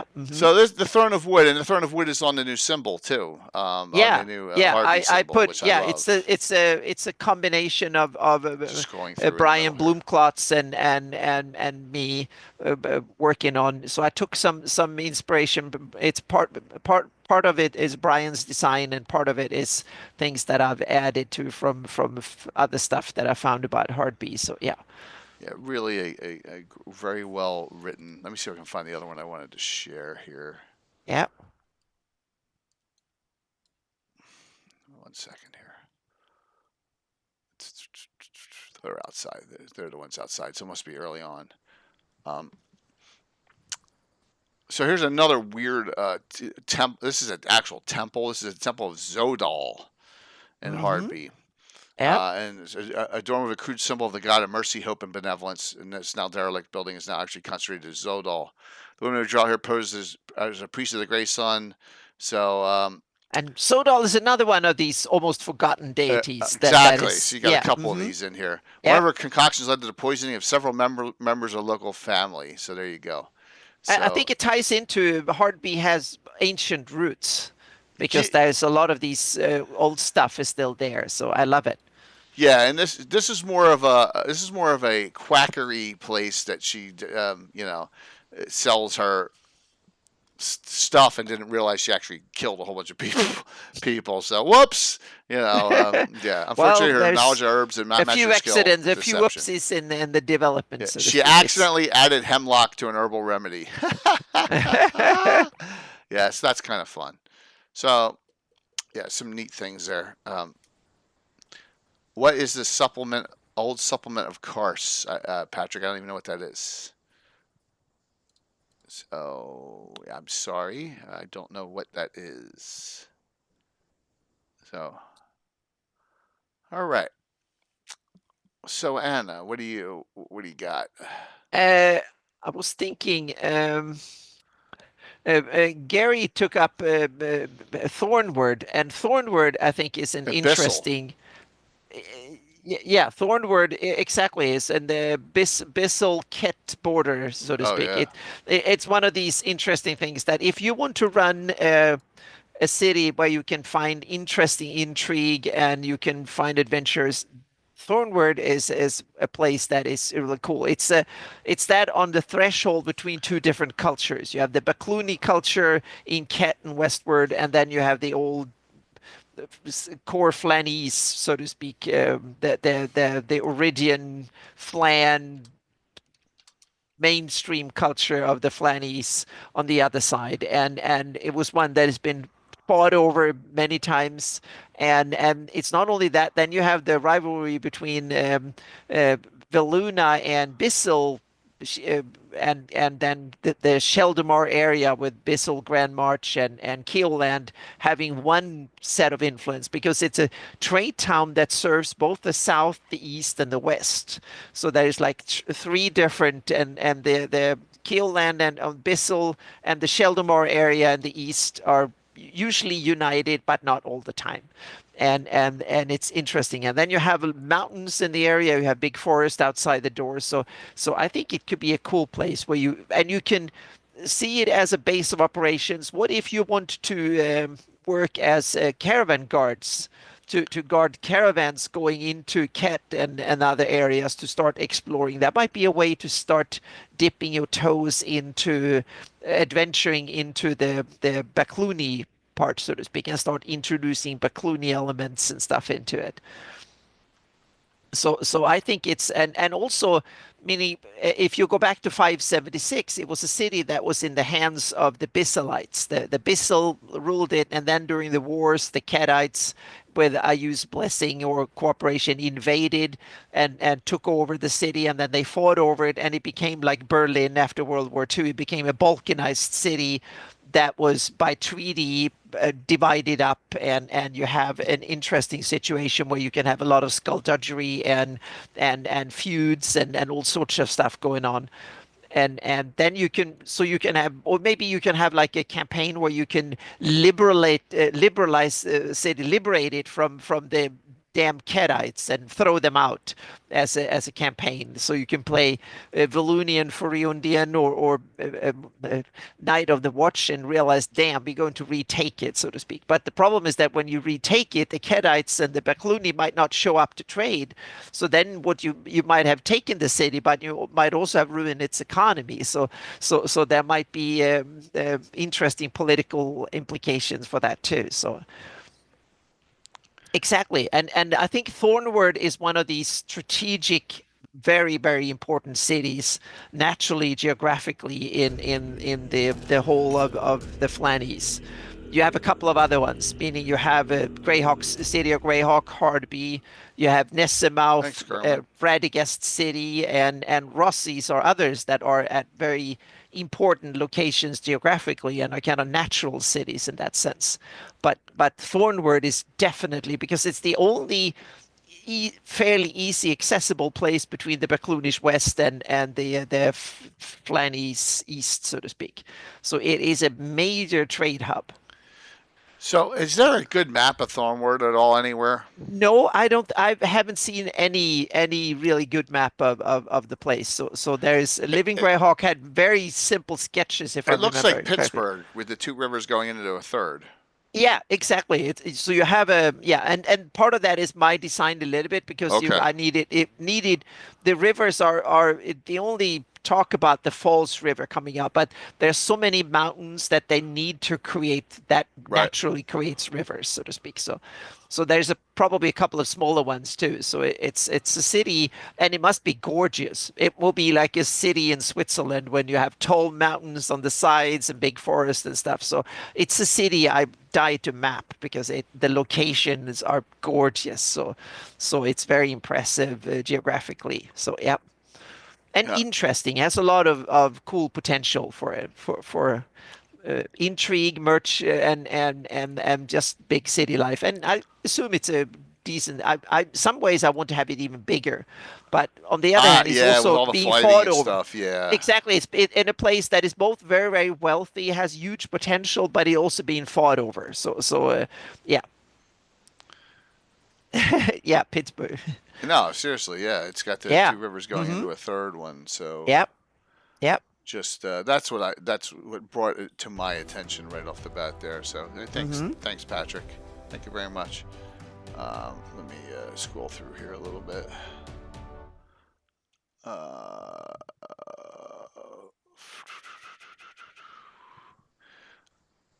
So, okay.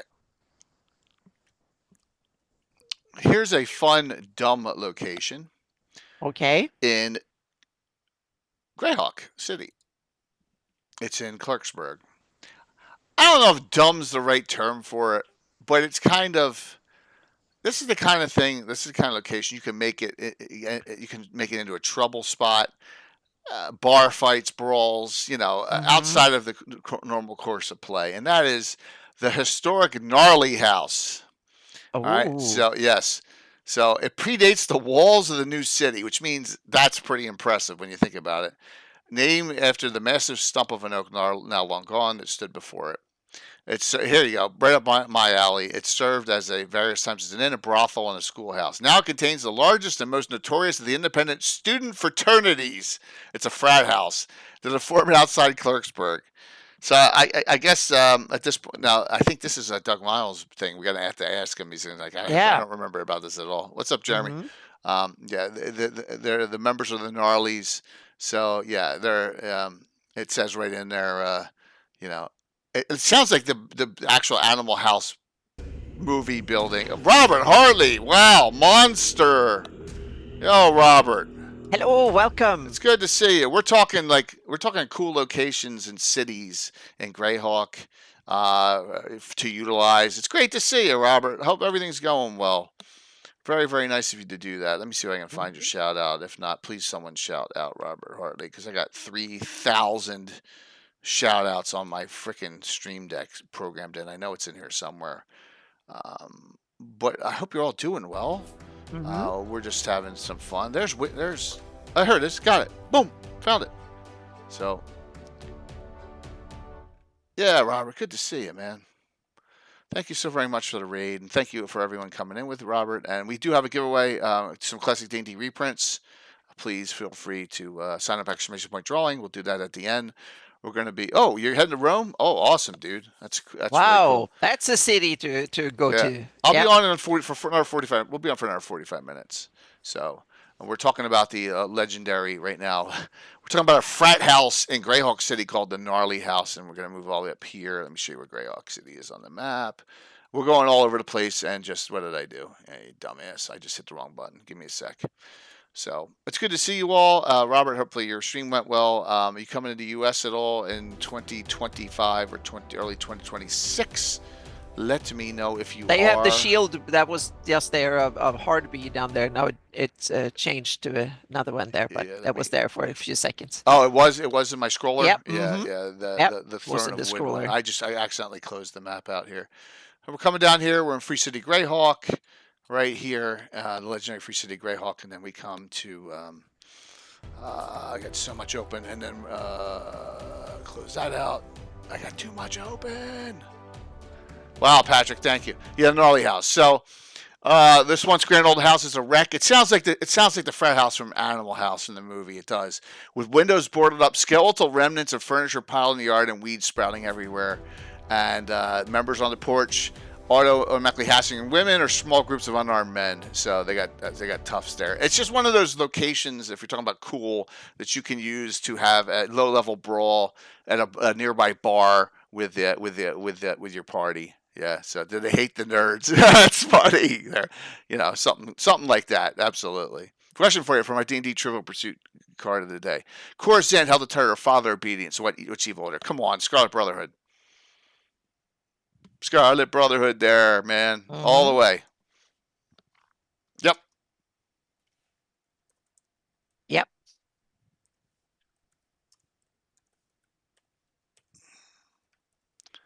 Father of Obedience is the head of that organization. I don't know. Is Corzan, did he make 17th level, which was the max level for monks in the old day, 1E, 2E? Yep, there you go. Yep, it's definitely Scarlet Brotherhood. Yep. Bing. Come on, man. Throw some other GREYHAWK stuff by us. I guarantee you. If our community gets a single one wrong, that's bad. Yeah, absolutely, man. I do a 6-question trivia card to start each stream. Nice. That's really cool. That's smart. Yeah. Wow. I won't get the Forgotten Realms ones right at all. I mean, same here. I wouldn't get any other setting. Yeah, throw them out there, man. Throw them out there as we're going. Yeah, give it. We'll see. Yeah, absolutely. Because imagine some of them are going to be kind of hard. Fantastic. Yeah. Yeah, absolutely. Yeah, I have it over here somewhere. I haven't even opened it. I don't think. So. Well, the trivia. Yeah. I think I have the trivia set in the box somewhere around here too. Yep. Knowledge is good. So that's the gnarly house. Yeah, I'll phone her. I don't know if Ed's available though. Ed was on last Sunday, so we can phone him or text him and ask. Whereas many healing spells are evocation, what school of magic are mass cure wounds and mass heal? Probably necromantic. It depends on the edition. It depends on the edition, but my answer to that's necromantic. Yeah. Yeah, that's my guess too. Depend. Yeah. So, Roxas says Animus House. In which 1975 TSR booklet did the monk class first appear? That would be that's the OD&D in 1975, the OD&D White Book, right? The OD&D White Book set. Necro is wrong. Conjuration. See that's a they moved it around. That doesn't make sense. they moved it around between different schools. That's 5E. Yeah. Necromantic would be 1E, 2E. Wow, it wasn't Conjuration 1E, 2E, Brevin. That's good though. Yep. It was even Evocation, I think, in 4th edition or something. They moved it around, and I made Clemency. So they're in 3rd edition, Sam. All right, so I was right. They're Necro in 2nd, which is where I live. Yeah. Oh, the Blackmore booklet, the Blackmore supplement. Yeah. So the Blackmore supplement is Dave Arneson's supplement. Yes, Blackmore supplement. Yep. Is the Thief originally in GREYHAWK? It was one class that came in the GREYHAWK supplement. Which one was that? I forgot. Yeah, I have the same way that healing is necromantic, or actually in 2nd edition, healing is healing. Raise dead and that kind of stuff is necromantic. Okay, so there's a healing sphere in the player's option book for 2nd edition. For what about schools? Priests. Yeah. Spheres. Okay. So, yep. Yeah. Thief and Grok, Druid, and Eldritch Wizardry. A Cambion is offspring of a humanoid and whatever a demon. That's easy. That's easy. Demon. There are no such thing as tieflings in my game. It's either Cambions or Alu demons. So a Cambion is a female with a male human, I believe, and Owl Demon is a male demon with a female. Yeah, so it's definitely a demon. Yep. Yep. Ayus is a Cambion. Yep. Female, mother, human mother, Wolf. Grazit's father, demon. So, yeah. There is no devil human equivalent because it was never discussed in editions. It was never they never came up with one in old school. So it's fiend, not demon. Well, it's demon. Trust me. Yes, it's fiend maybe in 5th edition, but not in well, it 1.2. depends. It's demon. Depends. Fiends are, I think, both Demon. all of the lower ones. So it's the demons, which are demons the in old school. demodans, and the daemons, and Yeah, but they're, whatever. they're and not all of true them are demons, fiends. All of them are fiends. Incubus or succubus are demons in old school 1E, 2E. Yeah. Yeah. So in some ways you can probably, I guess in some ways you can say that anything that is a cross between the fiend and the human is a Cambion, but I like it that it's demons and that are Cambions, but yeah.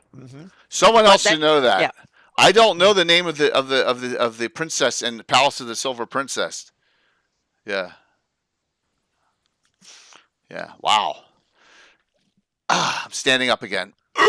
This is fun. Definitely a blast. Yeah. The land of Chilton. Yeah. We need Ed. Oh, yeah. That's an Ed question. The land of Chashlar and the Chilton region of Faerun is renowned for what beverage? Well, see, I would Pesh. Pesh. Okay, Gargamon would know that. Yes, Molson.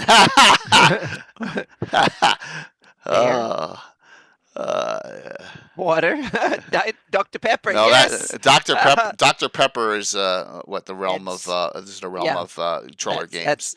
Yeah. Oh, Ed drinks. What is his? I think he drinks Dr. Pepper too. He has his favorite too. But does Ed love Dr. Pepper too? I don't know. He sips on some sort of soda. So hey, we had that on last week, and we're all talking about Canadian rock and roll bands. So yeah.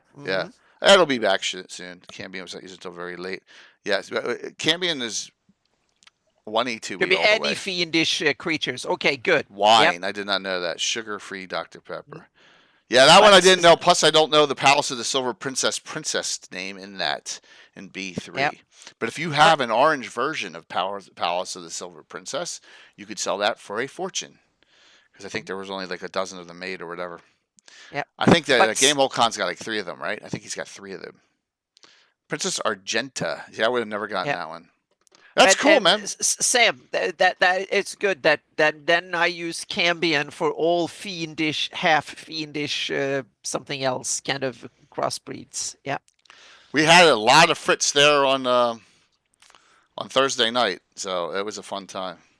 Yeah, Jason didn't have any copies of it, Moose, unfortunately. He had a lot of copies of some cool stuff, but he had none of those palaces, those orange cover ones. Yeah. So, as Robert maybe the orange version had loads, but maybe they were all destroyed except for one box. Yep, that's it. Yep. And now they're worth like 10 grand. All right, so as Robert, throw any else out there you want. The Bridge of Entwined Hearts is one of my favorite places for those that fall in love in Greyhawk. Tradition holds this bridge is the finest setting for romance in all of the reaches of the Free City. During all hours of day and night in weather fair and foul. Thank you, Robert. That was always, man. Yep. You have a good one, Robert. Thank you so very much. Hopefully I see you sometime end of this year or next year in person. It'd be awesome. Thank you so very much.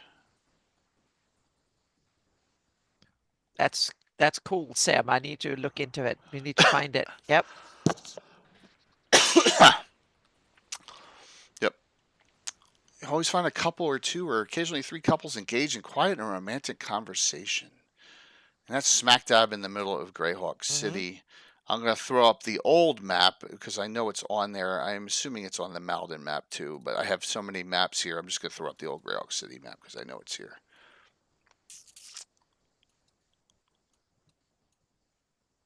It should be. Maybe it's not. It should be in here. Maybe they didn't put it on there. Well, you get the idea. It's in the. That's not it there. The Bridge of Entwined Hearts. Maybe it's further up. Maybe I'm in the wrong space. Oh, I could have sworn it was there. Well, call me a liar. It's not on the map. C10. Okay. That's good. That's.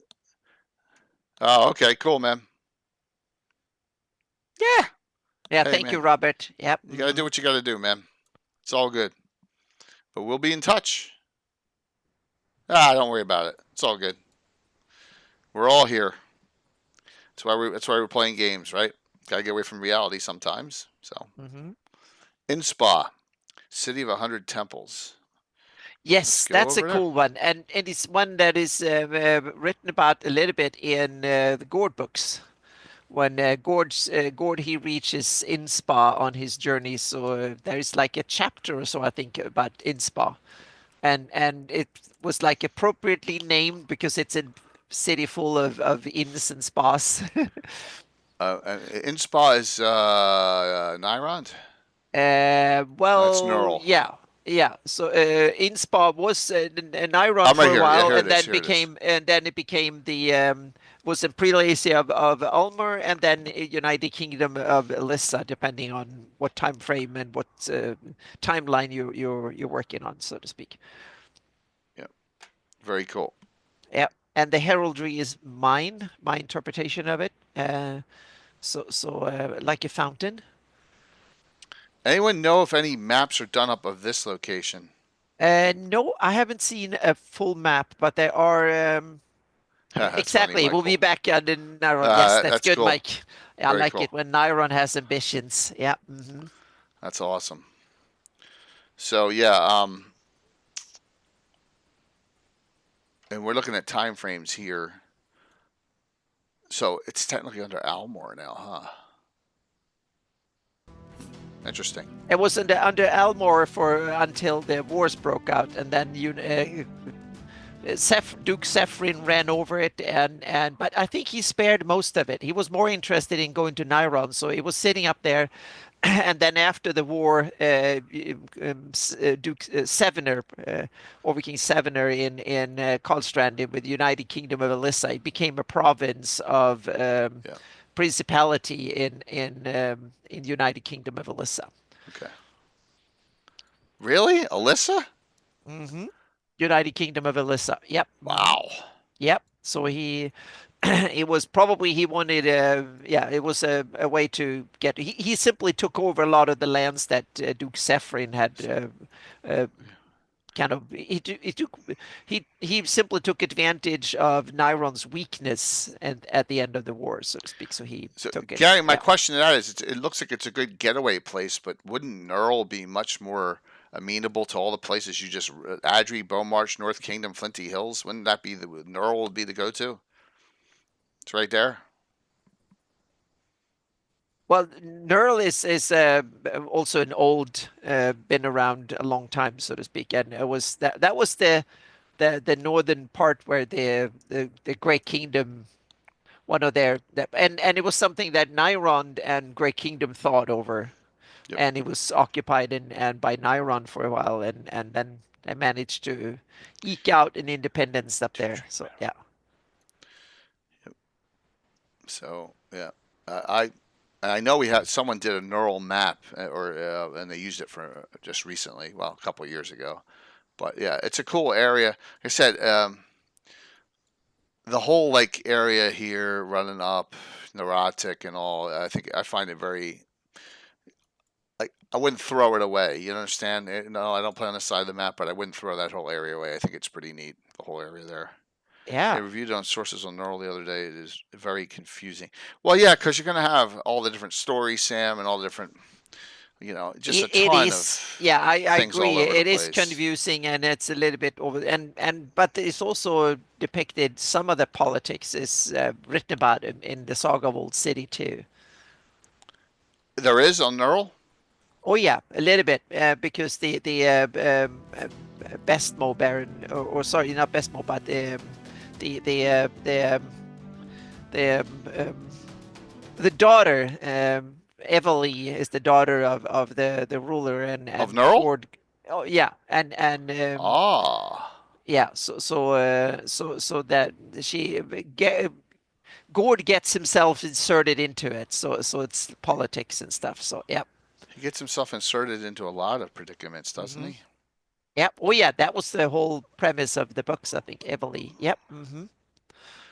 That's cool. So yeah, so you have it was the Count of Blimu. Yep.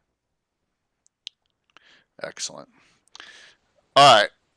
Let's see what we got here. 8:30. Yeah, daughter of the Count who marries Alan, son of Lexnol of Ratic. So she becomes the ruler of Ratic in the does she? GREYHAWK. Yep. That's it again. Yep. So she up and down, up and down. Yep. So she became a political operative in her own way, a political figure, and I don't think Gord, he kind of disappeared out into the multiverse somewhere. So yeah. Yeah. Until Gary destroyed the whole world, didn't he? In one of the books? Exactly. So that timeline kind of ended there. So yep. All right. It's an interesting one, Gary. I think it's kind of cool. Some city must do that just for luring tourists and making it into a gimmick. There's no way, Gary. Every GREYHAWK god in what pantheon? Like, well, yeah. It can't because. Well, it's like 75 of them or something. Nah, all the demi-human 100 ones too.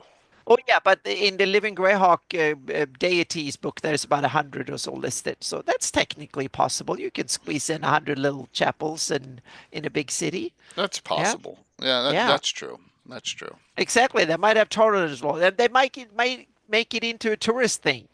Some of them might not really be real, but you put a little hut, you put some idols in there and whatnot. So yeah. The evil ones that seems to be more difficult, kind of what you do with them. So yeah. All right. Here we go. So we had an ice cream question earlier. All right. An ice cream question? Yeah, about ice cream. Yeah, I forget who asked the question, but like. Yeah. I had in Real Devon. I had an ice cream shop. There was some gnomes. Oh yeah, the gnomes. They had an ice cream shop. So they made ice cream and or maybe it was halflings. I forgot which. But they had no, it was probably halflings. They had a magic. They used magic to create the cool. And they created, so maybe it was gnomes after all. I forgot it now, but I have it listed. I forgot. I've given a name and stuff too. So they had an ice cream shop, and they made ice cream, and they imported vanilla and chocolate and stuff, and it was really expensive. And then they had some local varieties with honey and stuff like that, and they had various berries and stuff too. So that was and it was. I just came up with the idea because the air conditioning didn't work in the game store we were playing in, and it was 120 degrees out. So I was like, we all went for ice cream, and then someone said, "Do they have ice cream in Real Devon?" And I just came up with it on the fly and wrote it down somewhere, and that's how yeah. Well, I've never come up with ice cream, and the answer would be where would it be? And it would be legendary Hoops himself at the Fruit Market and Trading Emporium. There you go. Yep. Yeah, when the founding knights first cleared the lands of the future city, the only resident was a gentleman who sold kumquats from the local grove. Hoops is the only person grandfathered out of paying city taxes due to his native status. His market has become a hub, a business and social life center located in the Merchant Way. So if it would be anyone that would have kumquat flavored ice cream, it would be Hoops. Okay, so that answers the question. It's funny. My GREYHAWK is very dark and grim, but I still have ice cream and chocolate.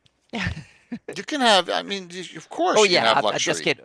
Yeah, exactly. You absolutely have the luxury. I bet that Savener has ice cream every day. Do you think so? Oh yes, he wants luxuries. He wants luxuries, but he will probably have the icy sorbet variant. He doesn't want to have. He calls it something and makes it out of something that and it less creamy and full of and puts some fancy alcohol in there or something and calls it whatever. Yeah. tarts on the harlot table. That's Yeah. funny. That's funny, Gary. So as you can see, I always push the limits on a couple of them. Hot fudge oh yeah. yes, that's good, Moose. Yeah, we need that too. Yeah. Thanks, Patrick. In addition to the Blowworks, which is glass blower, but you get the joke there. I have another place. I don't think it made it into the book. The Third Shaft Inn. Because it's the Dwarven Quarter. Yeah, well, you can take that any way you want with the Third Shaft. It's good with the dual use names. Yes, exactly. So yeah. And here, let's get to it now. While the number one that came up, so that Anna said, I need to put a tickling feather in GREYHAWK when she does her transition over. I don't know if I can do that or not, because there is one in Diamond Lake in Altamira. So there you go. The tickling feather, the favorite, which comes up. Childish humor strikes again. Well, Troy, when you're in your freaking 16, 17, 18, you're writing this shit up. I mean, that's what happens. You know? But I like some humorous moments in my grittiness and my political over seriousness and stuff. I want to have things like this. Yeah. So, and that's it there. And look, Tickling Feather's only got a small paragraph in here, so yeah. But it comes up every adventure that we do with Fritz and that whole crew on Thursday night. That was, it always comes up. So, and there's a lot of other places we may go over in the future discussion time here. All right, Anna, where else do you want to go here? Where we got some time still left? We can mention there's a couple of them that are way off into. Out into the periphery of Flennies, and two that aren't they're two, I think, cool places where you can go adventuring. They don't really have city states, but they are but they're big enough to be large towns, so they function more or less like cities, and they are interesting. And the first one I want to mention is the one of the most obscure ones up nowhere, and that's Kelton, up in the Stonefist or Stonehold. Oh my gosh, yeah. Wow. And I think it's an interesting one because that is a city. If GREYHAWK and Devon and others are in the middle of things, Kelton is as far away from things as you can almost come in the mainland of the Flannies. So it's somewhere, if you want to go out and hunt for weird things out in the forest, this is the town you might go to. So I can imagine they're there because they might have things like mammoths, and there might be the other big prey to hunt for pelts and like fur and stuff. Up there, yeah. Oh, the ever mysterious Tim made it from the family stuff. So good to see you, dude. Hello. All right, so Kelton. Yeah, so cool. It's one of these that I think could be an interest. If you want to have that frontier feel, I think Kelton is a place where you can have fun stuff with, so to speak, and you can go on wilderness stuff. You can go on and hunt things. You can maybe, if someone wants to go and disappear, they might want to go into the rock forest, and you can find cults and weird things out there. That imagine you have Game of Thrones and you go north of the wall, so to speak, and Kelton can be that last outpost, and beyond there is the frozen wastes out there, so to speak, where you can have things. So you can have someone might have gone and been lost, and the last traces is Kelton, or you just want to go and get rich on the fur trade or other stuff, and so it's one of these. If you want to have like an expedition to the far north, and one of these places that is really off the beaten path. And the second one I want to that are slightly similar but different historically is Dantredun in Blackmore, that I think is really cool too. This one has way more history tied into the setting. It was the furthest away from Rossi's that the Grey Kingdom ever reached, so to speak. So it's a place that had a whiff of a little bit of civilization input, but not much, so to speak, and it's long forgotten. And you have the the boreal forest full of old creepy things, and the black ice and stuff. This is where empires have gone to die, so to speak. And Oh, south of here, you have Orcish and Iusians or whatever. So it might be, if you want to find someone who's fled from Ius and don't want to flee to the civilized south, this is what is beyond the Iusian Empire, so to speak, north of it. So it might be an interesting place where you want to go and compete with Iusian spies and whatever to find something or to hide from or whatever. So I can see it's full of interesting and weird people with weird customs and very uncivilized and so on. It's a place where you can do a lot of cool stuff with, I think. So okay. yeah. So while we have the ever mysterious Tim, Yeah. let's Hello. let's go here. All righty. So I'm assuming you can tell us a couple of cool places in this city. Well, actually, the first place I thought of was actually one that's in Noonanville, but Oh, okay. All right. So let's go to the. it's not on a map, but it's like it's notionally in Noonanville anyway. We never mapped it out exactly. That's all right. So which is where is it? Right here. to the Right here. yeah. Yeah. There we go. Noonan. Yes. Noonanville. Where that came from, Curtis? What's Noonanville? It's a town. It's a town. Is that your son in the background? Yeah. Yeah, you see, Curtis, it goes on forever. Noonan. What's the location? The location is the Mudhound Ale House. Yes. It's and it has an attached business to the side. It's a tattooing and ornamental scarring parlor. Oh, I love it that you scarring as an alternative to tattooing. Yeah, because ornamental scarring has been Yeah. around for so long. Yeah, it exactly. has, It's that's probably true. probably been around even longer than tattoos. Right. And Yeah. it's run by Chicha Skarsgård. That's the Hmm. person who runs it. And it's also the front that Andrus uses for his guild. So That's awesome. it's a Yeah. thieves guild front. The Mudhound Ale House. Mudhound Ale House in Noonanville. That's right. Yes. And, where is the Kixano's like girlfriend from? Is she from there, Noonanville, or is she? She's not from Noonanville. She's from the area, though. Oh, the area. Okay, From the because I always area, forget. yes. Because yeah, Well, she's living in Noonanville now. that's it. She's living in Yeah. Noonanville now. So there we Yes, go. yeah. So she's Chicha Skarsgård, like the Skarsgård actors, I'm assuming. yeah. But I mean, the name it's spelled scar like a scar. Yeah, SCAR. Yeah, that's good. That's a So- good one, man. And Oh. Yeah. yeah, so it has rooms in the back, and There's the city state. it has people that don't ask questions who work there, of course. Mhm. So Throw us another one, man.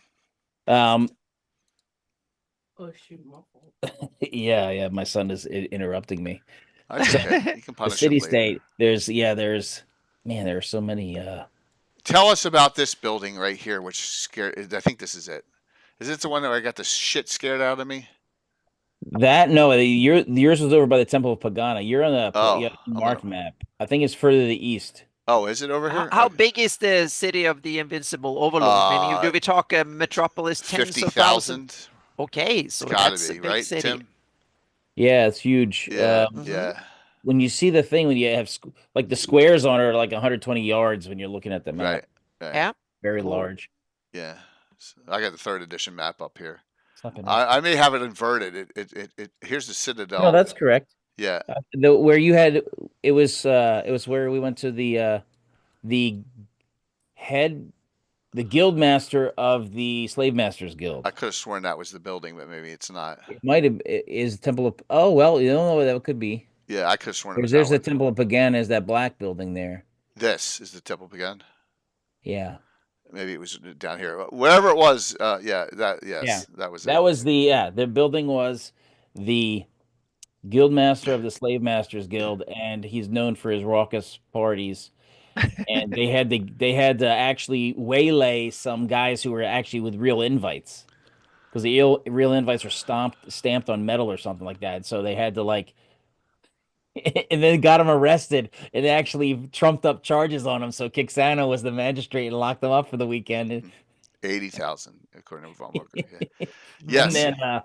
then they got into the party to rescue the person. It went sideways, of course. We rescued her. Yes. She You killed delivered herself. you delivered what you thought was going to be something to help her get away, Yeah. and it was a poison capsule that she took and then died right there in front of you, Yes. leaving you holding the bag for Yes. killing. And then every man for himself getting out of that building. So that was. It was a black op. Everyone was fleeing. That is on live stream. If you want to see the look on my face on that one, it's back a couple years, but my God. It's one of my 2 DM shocked faces that I saved. You and Eric Mona. Eric Mona and you. Yeah. For those 2 things. Yeah. But the I don't want to point out the location or the exact name, but there's a brass salesman. He has a little marketplace where he sells a lot of brass wares, all sorts of different things made of brass. And he's really, really friendly, likes to meet new people, strikes up conversations. He's super, super, super friendly. And then he invites them and hangs out with them. And then he kills and eats them because he's a polymorphed ogre magi. Oh. In the city state. Yeah. Ogre Magi is that's a cool monster. You can do one of my cool favorites. stuff with. Polymorph. He can polymorph into human size. Anything. So that's what he does. He like meets the newcomers and he invites them to his market and he strikes up a friendly conversation because newcomers aren't going to be missed much. Yeah, that's a good point. So that's what he does. Yeah. Yeah. You need you do not want to go down a side street by yourself anywhere in the city. No matter what level you are. It's a bad idea in general. Yeah. Well, it's not. I mean, like my character, my Dervilia is 13th level Cavalier. She don't care.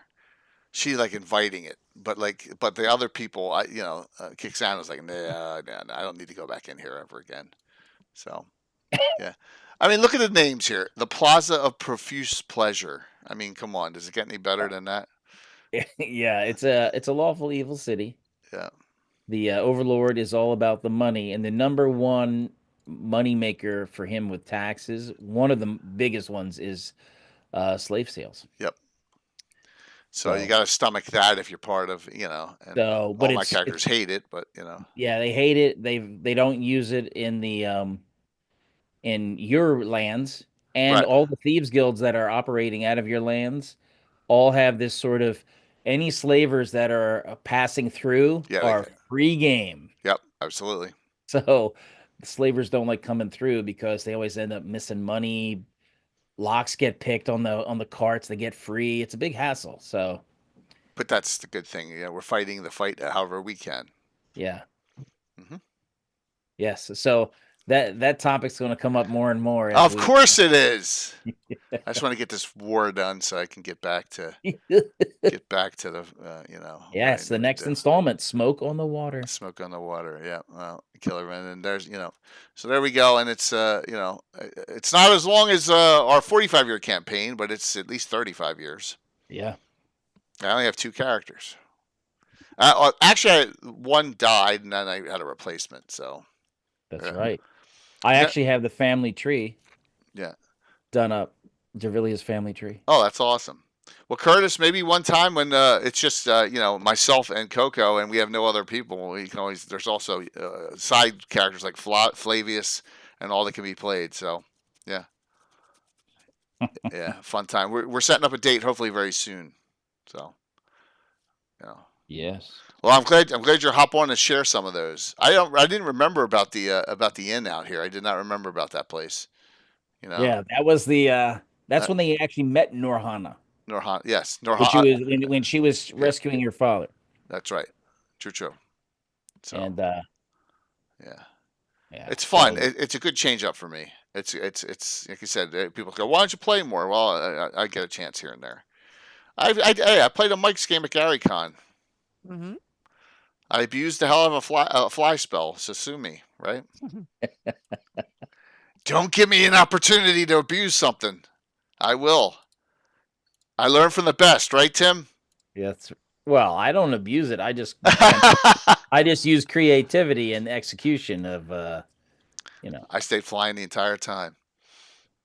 The whole time, man. I'm like, I'm on a ship. I'm staying away from the fights. There's a froggy myth. I'm flying away from. Nope. Yeah, that's a good idea. Yeah, And you especially could as a always do mage. air cover, Yeah, it was as fun. long as there's not too many archers around. Yeah, Overlord's a good time, man. Overlord is a really good time.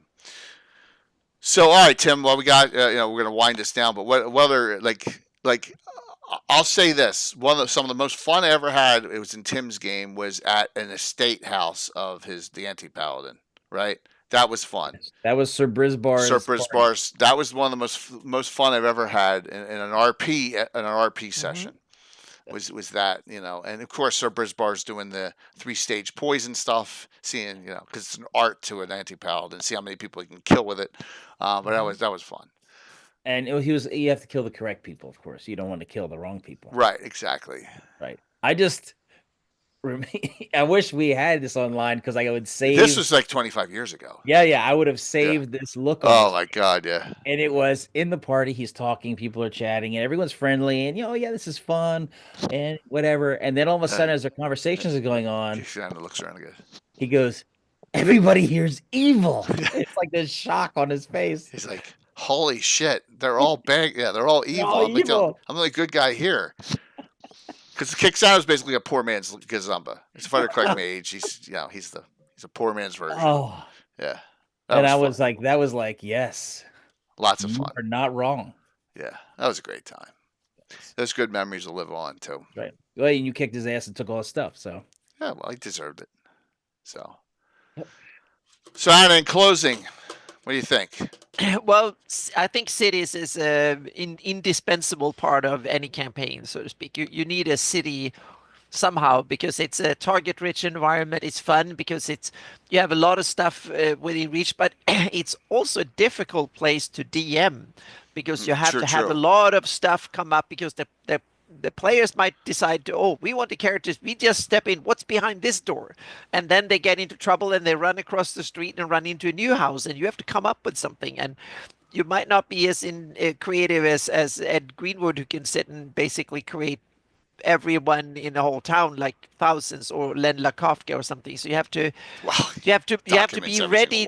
Exactly. You have to be able to come up with things on the fly, so to speak. So you have to if they go in there and they will go to an inn or a bar and then end up in trouble and there's like 50 people in there, and you have to come up with backstories when they start talking to people and they start digging into things, and so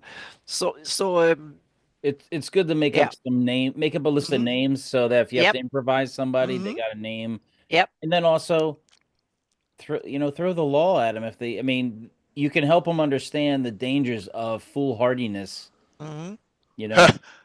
Just like today, go to a mall and wave a gun around, see what happens. That's not going to be a good adventure. That's a terrible adventure. So same thing in those sort of cities too. Yeah, and also like we talked about earlier, figure out the vibe of the city. So you as a DM, you know what a lot of people work with, what a lot of their resent, meaning are they afraid? Are they sure of themselves, full of money, riches?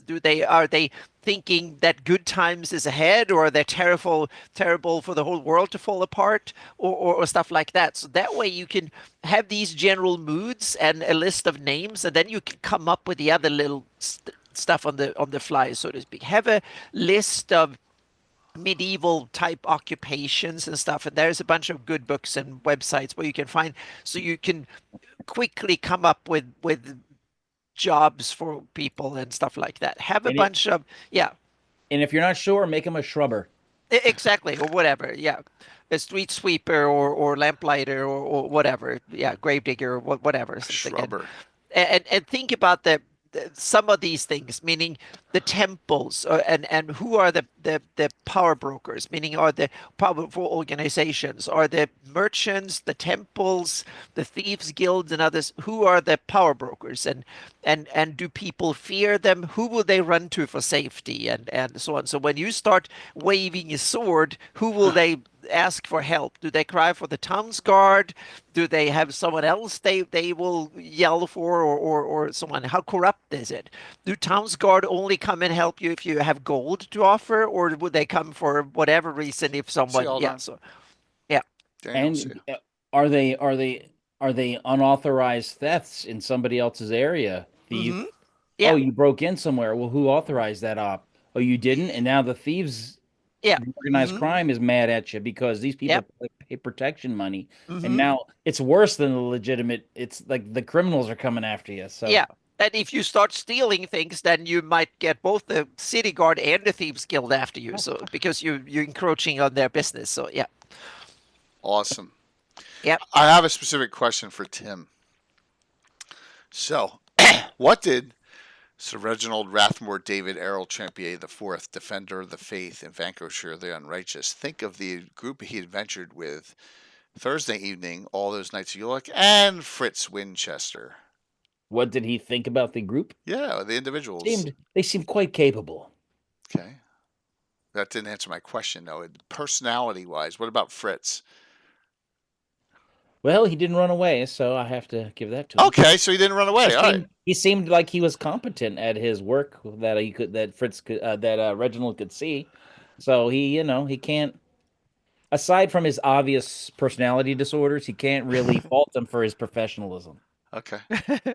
Or standing up on the rock at one time, like Kevin Costner. Here I am. I think I was busy myself at that point. I don't know if I saw that, but with the Captain Morgan stance. Yes, that was really funny. But I was so happy that I was able to pull together all those people real short notice as two of my regulars came out.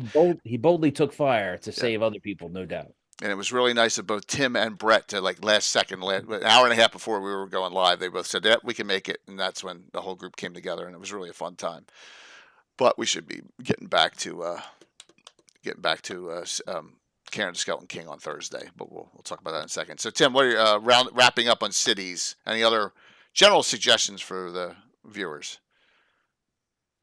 Yeah, don't get bogged down by over detailing initially when you first try one. Good point. Keep them. Make general quarters.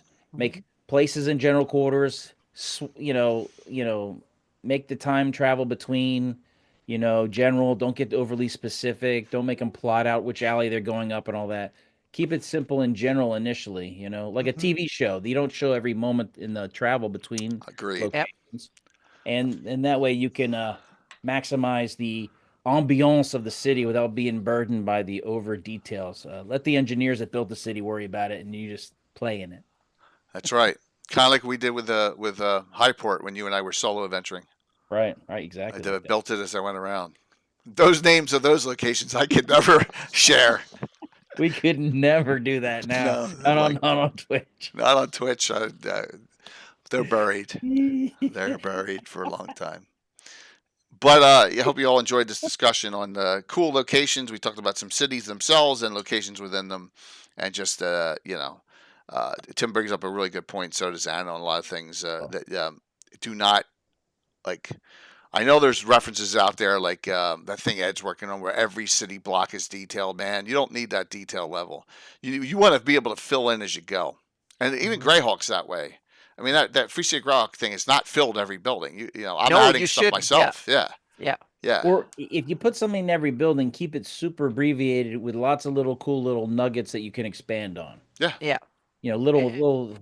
I think the original city-state, there's such a little amount in each area, but there's enough there to feel what it's like and expand on it if you want. Yeah, you can just put a location, meaning there's a smith there, there's an inn there, there's a weaver there, a brewer there, whatever, and then you come up with the owner or whatever if needed. I just put building has a purpose of the building, and then I just come up with things if they go there and investigate for some reason. I just come up with it on the fly, and then I have some NPCs that are important for the story and sprinkle them out, so to speak, for in the city. And so great discussion. We will continue. This is one we can always elaborate on a little bit more. I think, Tim, you and I somehow should figure out how to just do a one-on-one, go over all the stuff we did one-on-one. how that was so Yeah. cool at one point. We just got to be careful with the names. I mean, I have all. We need to review the names and come up with the new names. Yeah, we're gonna have to. We're gonna have to some of because them. one will slip out. Yeah.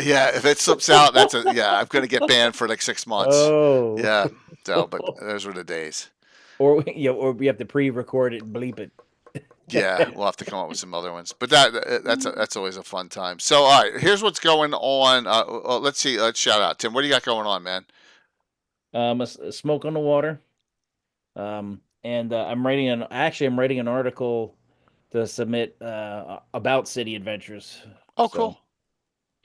Is it for Frog God? Yeah, for Frog God. Yeah. Nice. When's that publication coming out that you got your writing in? Well, one of them's already out. Okay. Arden's Notes, Volume 1. Oh, okay.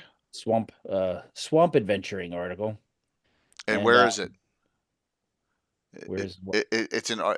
Is that a publication that's for download, or is it a PDF? Or I'll have Michael send it to me. Michael, help me out here. Yeah, all right. I'll have Michael. I don't know. That's fine, dude. I'll have Michael. I'll send him a message, and I'll have Michael send it to me. Yep, Patrick sends bail money for your episode. Yep. Bail money's not going to help, man. Yeah. Oh, that was a fun time. Yeah. So, all right. Well, that's cool, man. Yeah.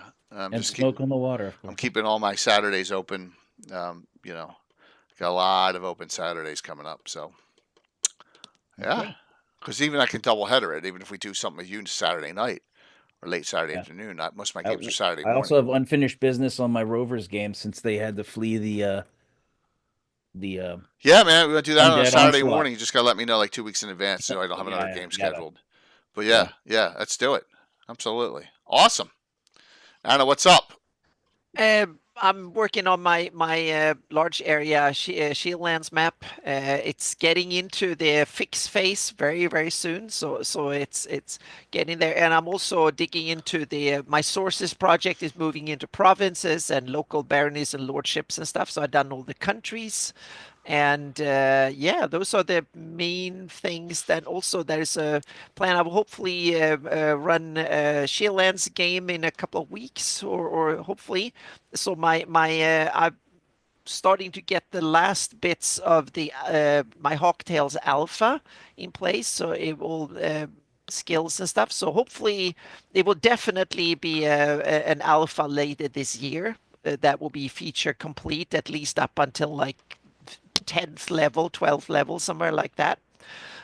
So it will be alpha that has feature complete from all the major stuff, the spells, the skills, and all of that stuff up to at least 10th level, coming this summer or early fall. So I'm happy. And now I run a bunch of I've run 36 playtest sessions. So now I'm starting to it's starting to be solid enough that I can call it an alpha. Cool. So I have the encumbrance system and the wealth system is left to do, so to speak. The rest is basically in place, and I'm starting to be happy with it. It's starting to function the way I want it to function. So I'm happy. Thanks, Mike. So those are the main things going on, and also planning for conventions. They tend to be needed to be planned for earlier and earlier. So we have a bunch of cool stuff coming up to both Game Hall, Page, and then GaryCon next year. Thanks, and it's like it's months to a year to this to it happening, but I know it's already we need to start planning. Well, there's a reason we need to start planning, and that is, and I'll say that in a second why. Yeah. So it's but it's fun. It's a good fun thing. stuff. So it's a good thing. So 5 mini story arcs to pick one for champions in May. We'll figure out the details. Yes, it looks like May 17th. We'll talk. All right. So here's what's going on this week and coming up shortly. I don't have a banner yet for Doug Niles. That's June. That's too far out. So this Wednesday, myself, Anna, and Mike, Giants and their kin. That'll be a good discussion. We haven't done one since like number 80. So we're almost there. It's 292. We're almost to 300 episodes of Legends and Lore. And that'll be Wednesday night. That'll kick the week off. And then Thursday night, finally back to Karen and the Skeleton King, which we started before GaryCon. And then, all sorts of things happened and my surgery took place. And so, we're finally going to kick that back up with Iron Fury, so that'll be on Thursday. As long as everyone's there. If not, I'm going to be reaching out for another special group again, like I did this week. So, but yeah, yeah, man. Thank you. Very cool. Glad you could hop in. Saturday morning. Now, Bird hasn't responded back, even though she said she's the one to reach out to me to play. But everyone else is confirmed, so we've got plenty of characters. This is the Champions of Avon, the new low-level group. I didn't name it, Tim. Well, is it Avon ladies? Yeah, but and then they break the door down. They don't. Is it based upon Shakespeare's hometown, Stratford upon Avon? Yes, sure. The river, Avon River. So it's that lends a little bit more literary dignity. Yes. So Coco and Korg and Witch and Timothy all have new they all have characters. You have to change the lettering to pink though to match up with the. You're right. I should change that to pink. Yeah. Moose, I'm not gonna change names of groups when they make them. I've never changed Omega Patrol. We had 2 Omega Patrol characters play Thursday night. I'm not making any changes. The last patrol you'll ever need. Yeah, Brungel. Yes, same here, Brungel. I get it all the time. Yes. So that is Saturday, and then we'll have a Gabbin next Sunday. I'm trying to get a special event Gabbin up. We'll see if that comes together. So May 17th is a Champions game. We'll see when Tim's next special event game is. We'll have them coming up. Doug Niles is on June 1st. Ed'll be back sometime. We'll have, hey Roku. Also with Paige, it's been finalized. Both Darling and Bones are our VIP guests to Paige, so they're coming. So, and I've talked with Ron, and I said this a little bit on the other night, we have our own room area.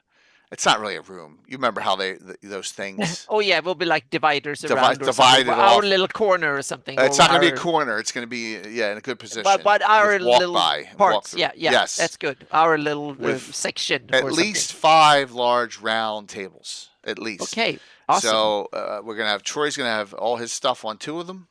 Mm-hmm. And then we're going to have you, Anna, me, and Tim, and Eric Mona, and Carlos Slicing, and fantastic. And we're gonna have all our stuff and whatever Darling Bones are doing, and whatever I get Tony and Jeremy. If Tony's running stuff, all in the same area. It's gonna be called the GREYHAWK Community Area. Yes. Mm-hmm. So we're gonna have our own area. Bing. This year, and it'll be fun. So everyone will be together.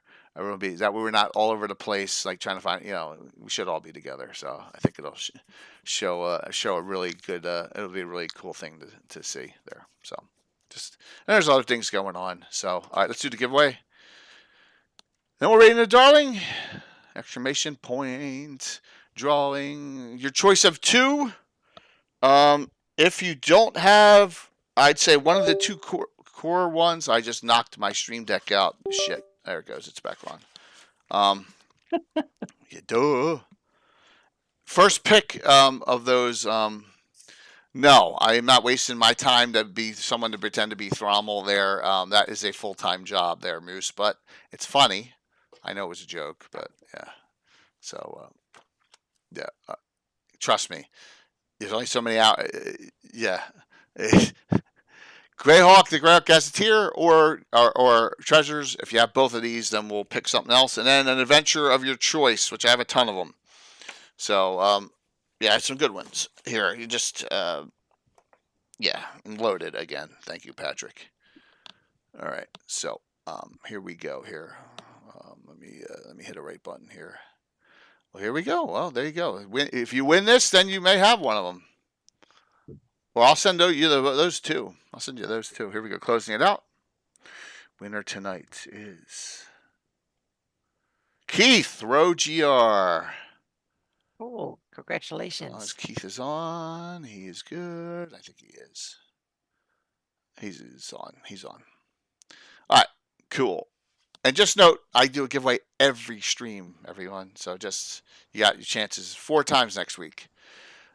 Sometimes 2, 3 giveaways each time. So yeah.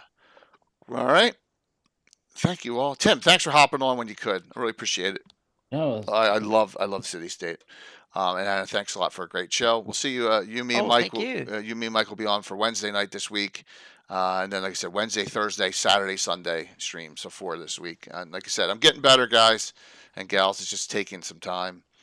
I may even be going into the office in person tomorrow. So instead of working from home. So crafty, you missed it. We just did it. So see you all. See you all in a couple days. Thanks a lot for. I hope you all had a happy holiday Easter if you celebrated it.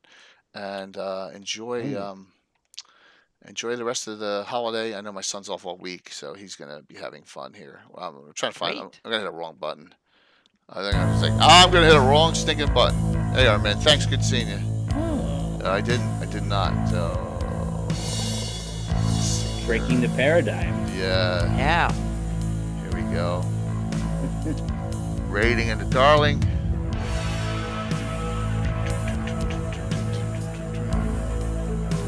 I imagine that Darling will take you into Marquis or someone else after that, so there we go.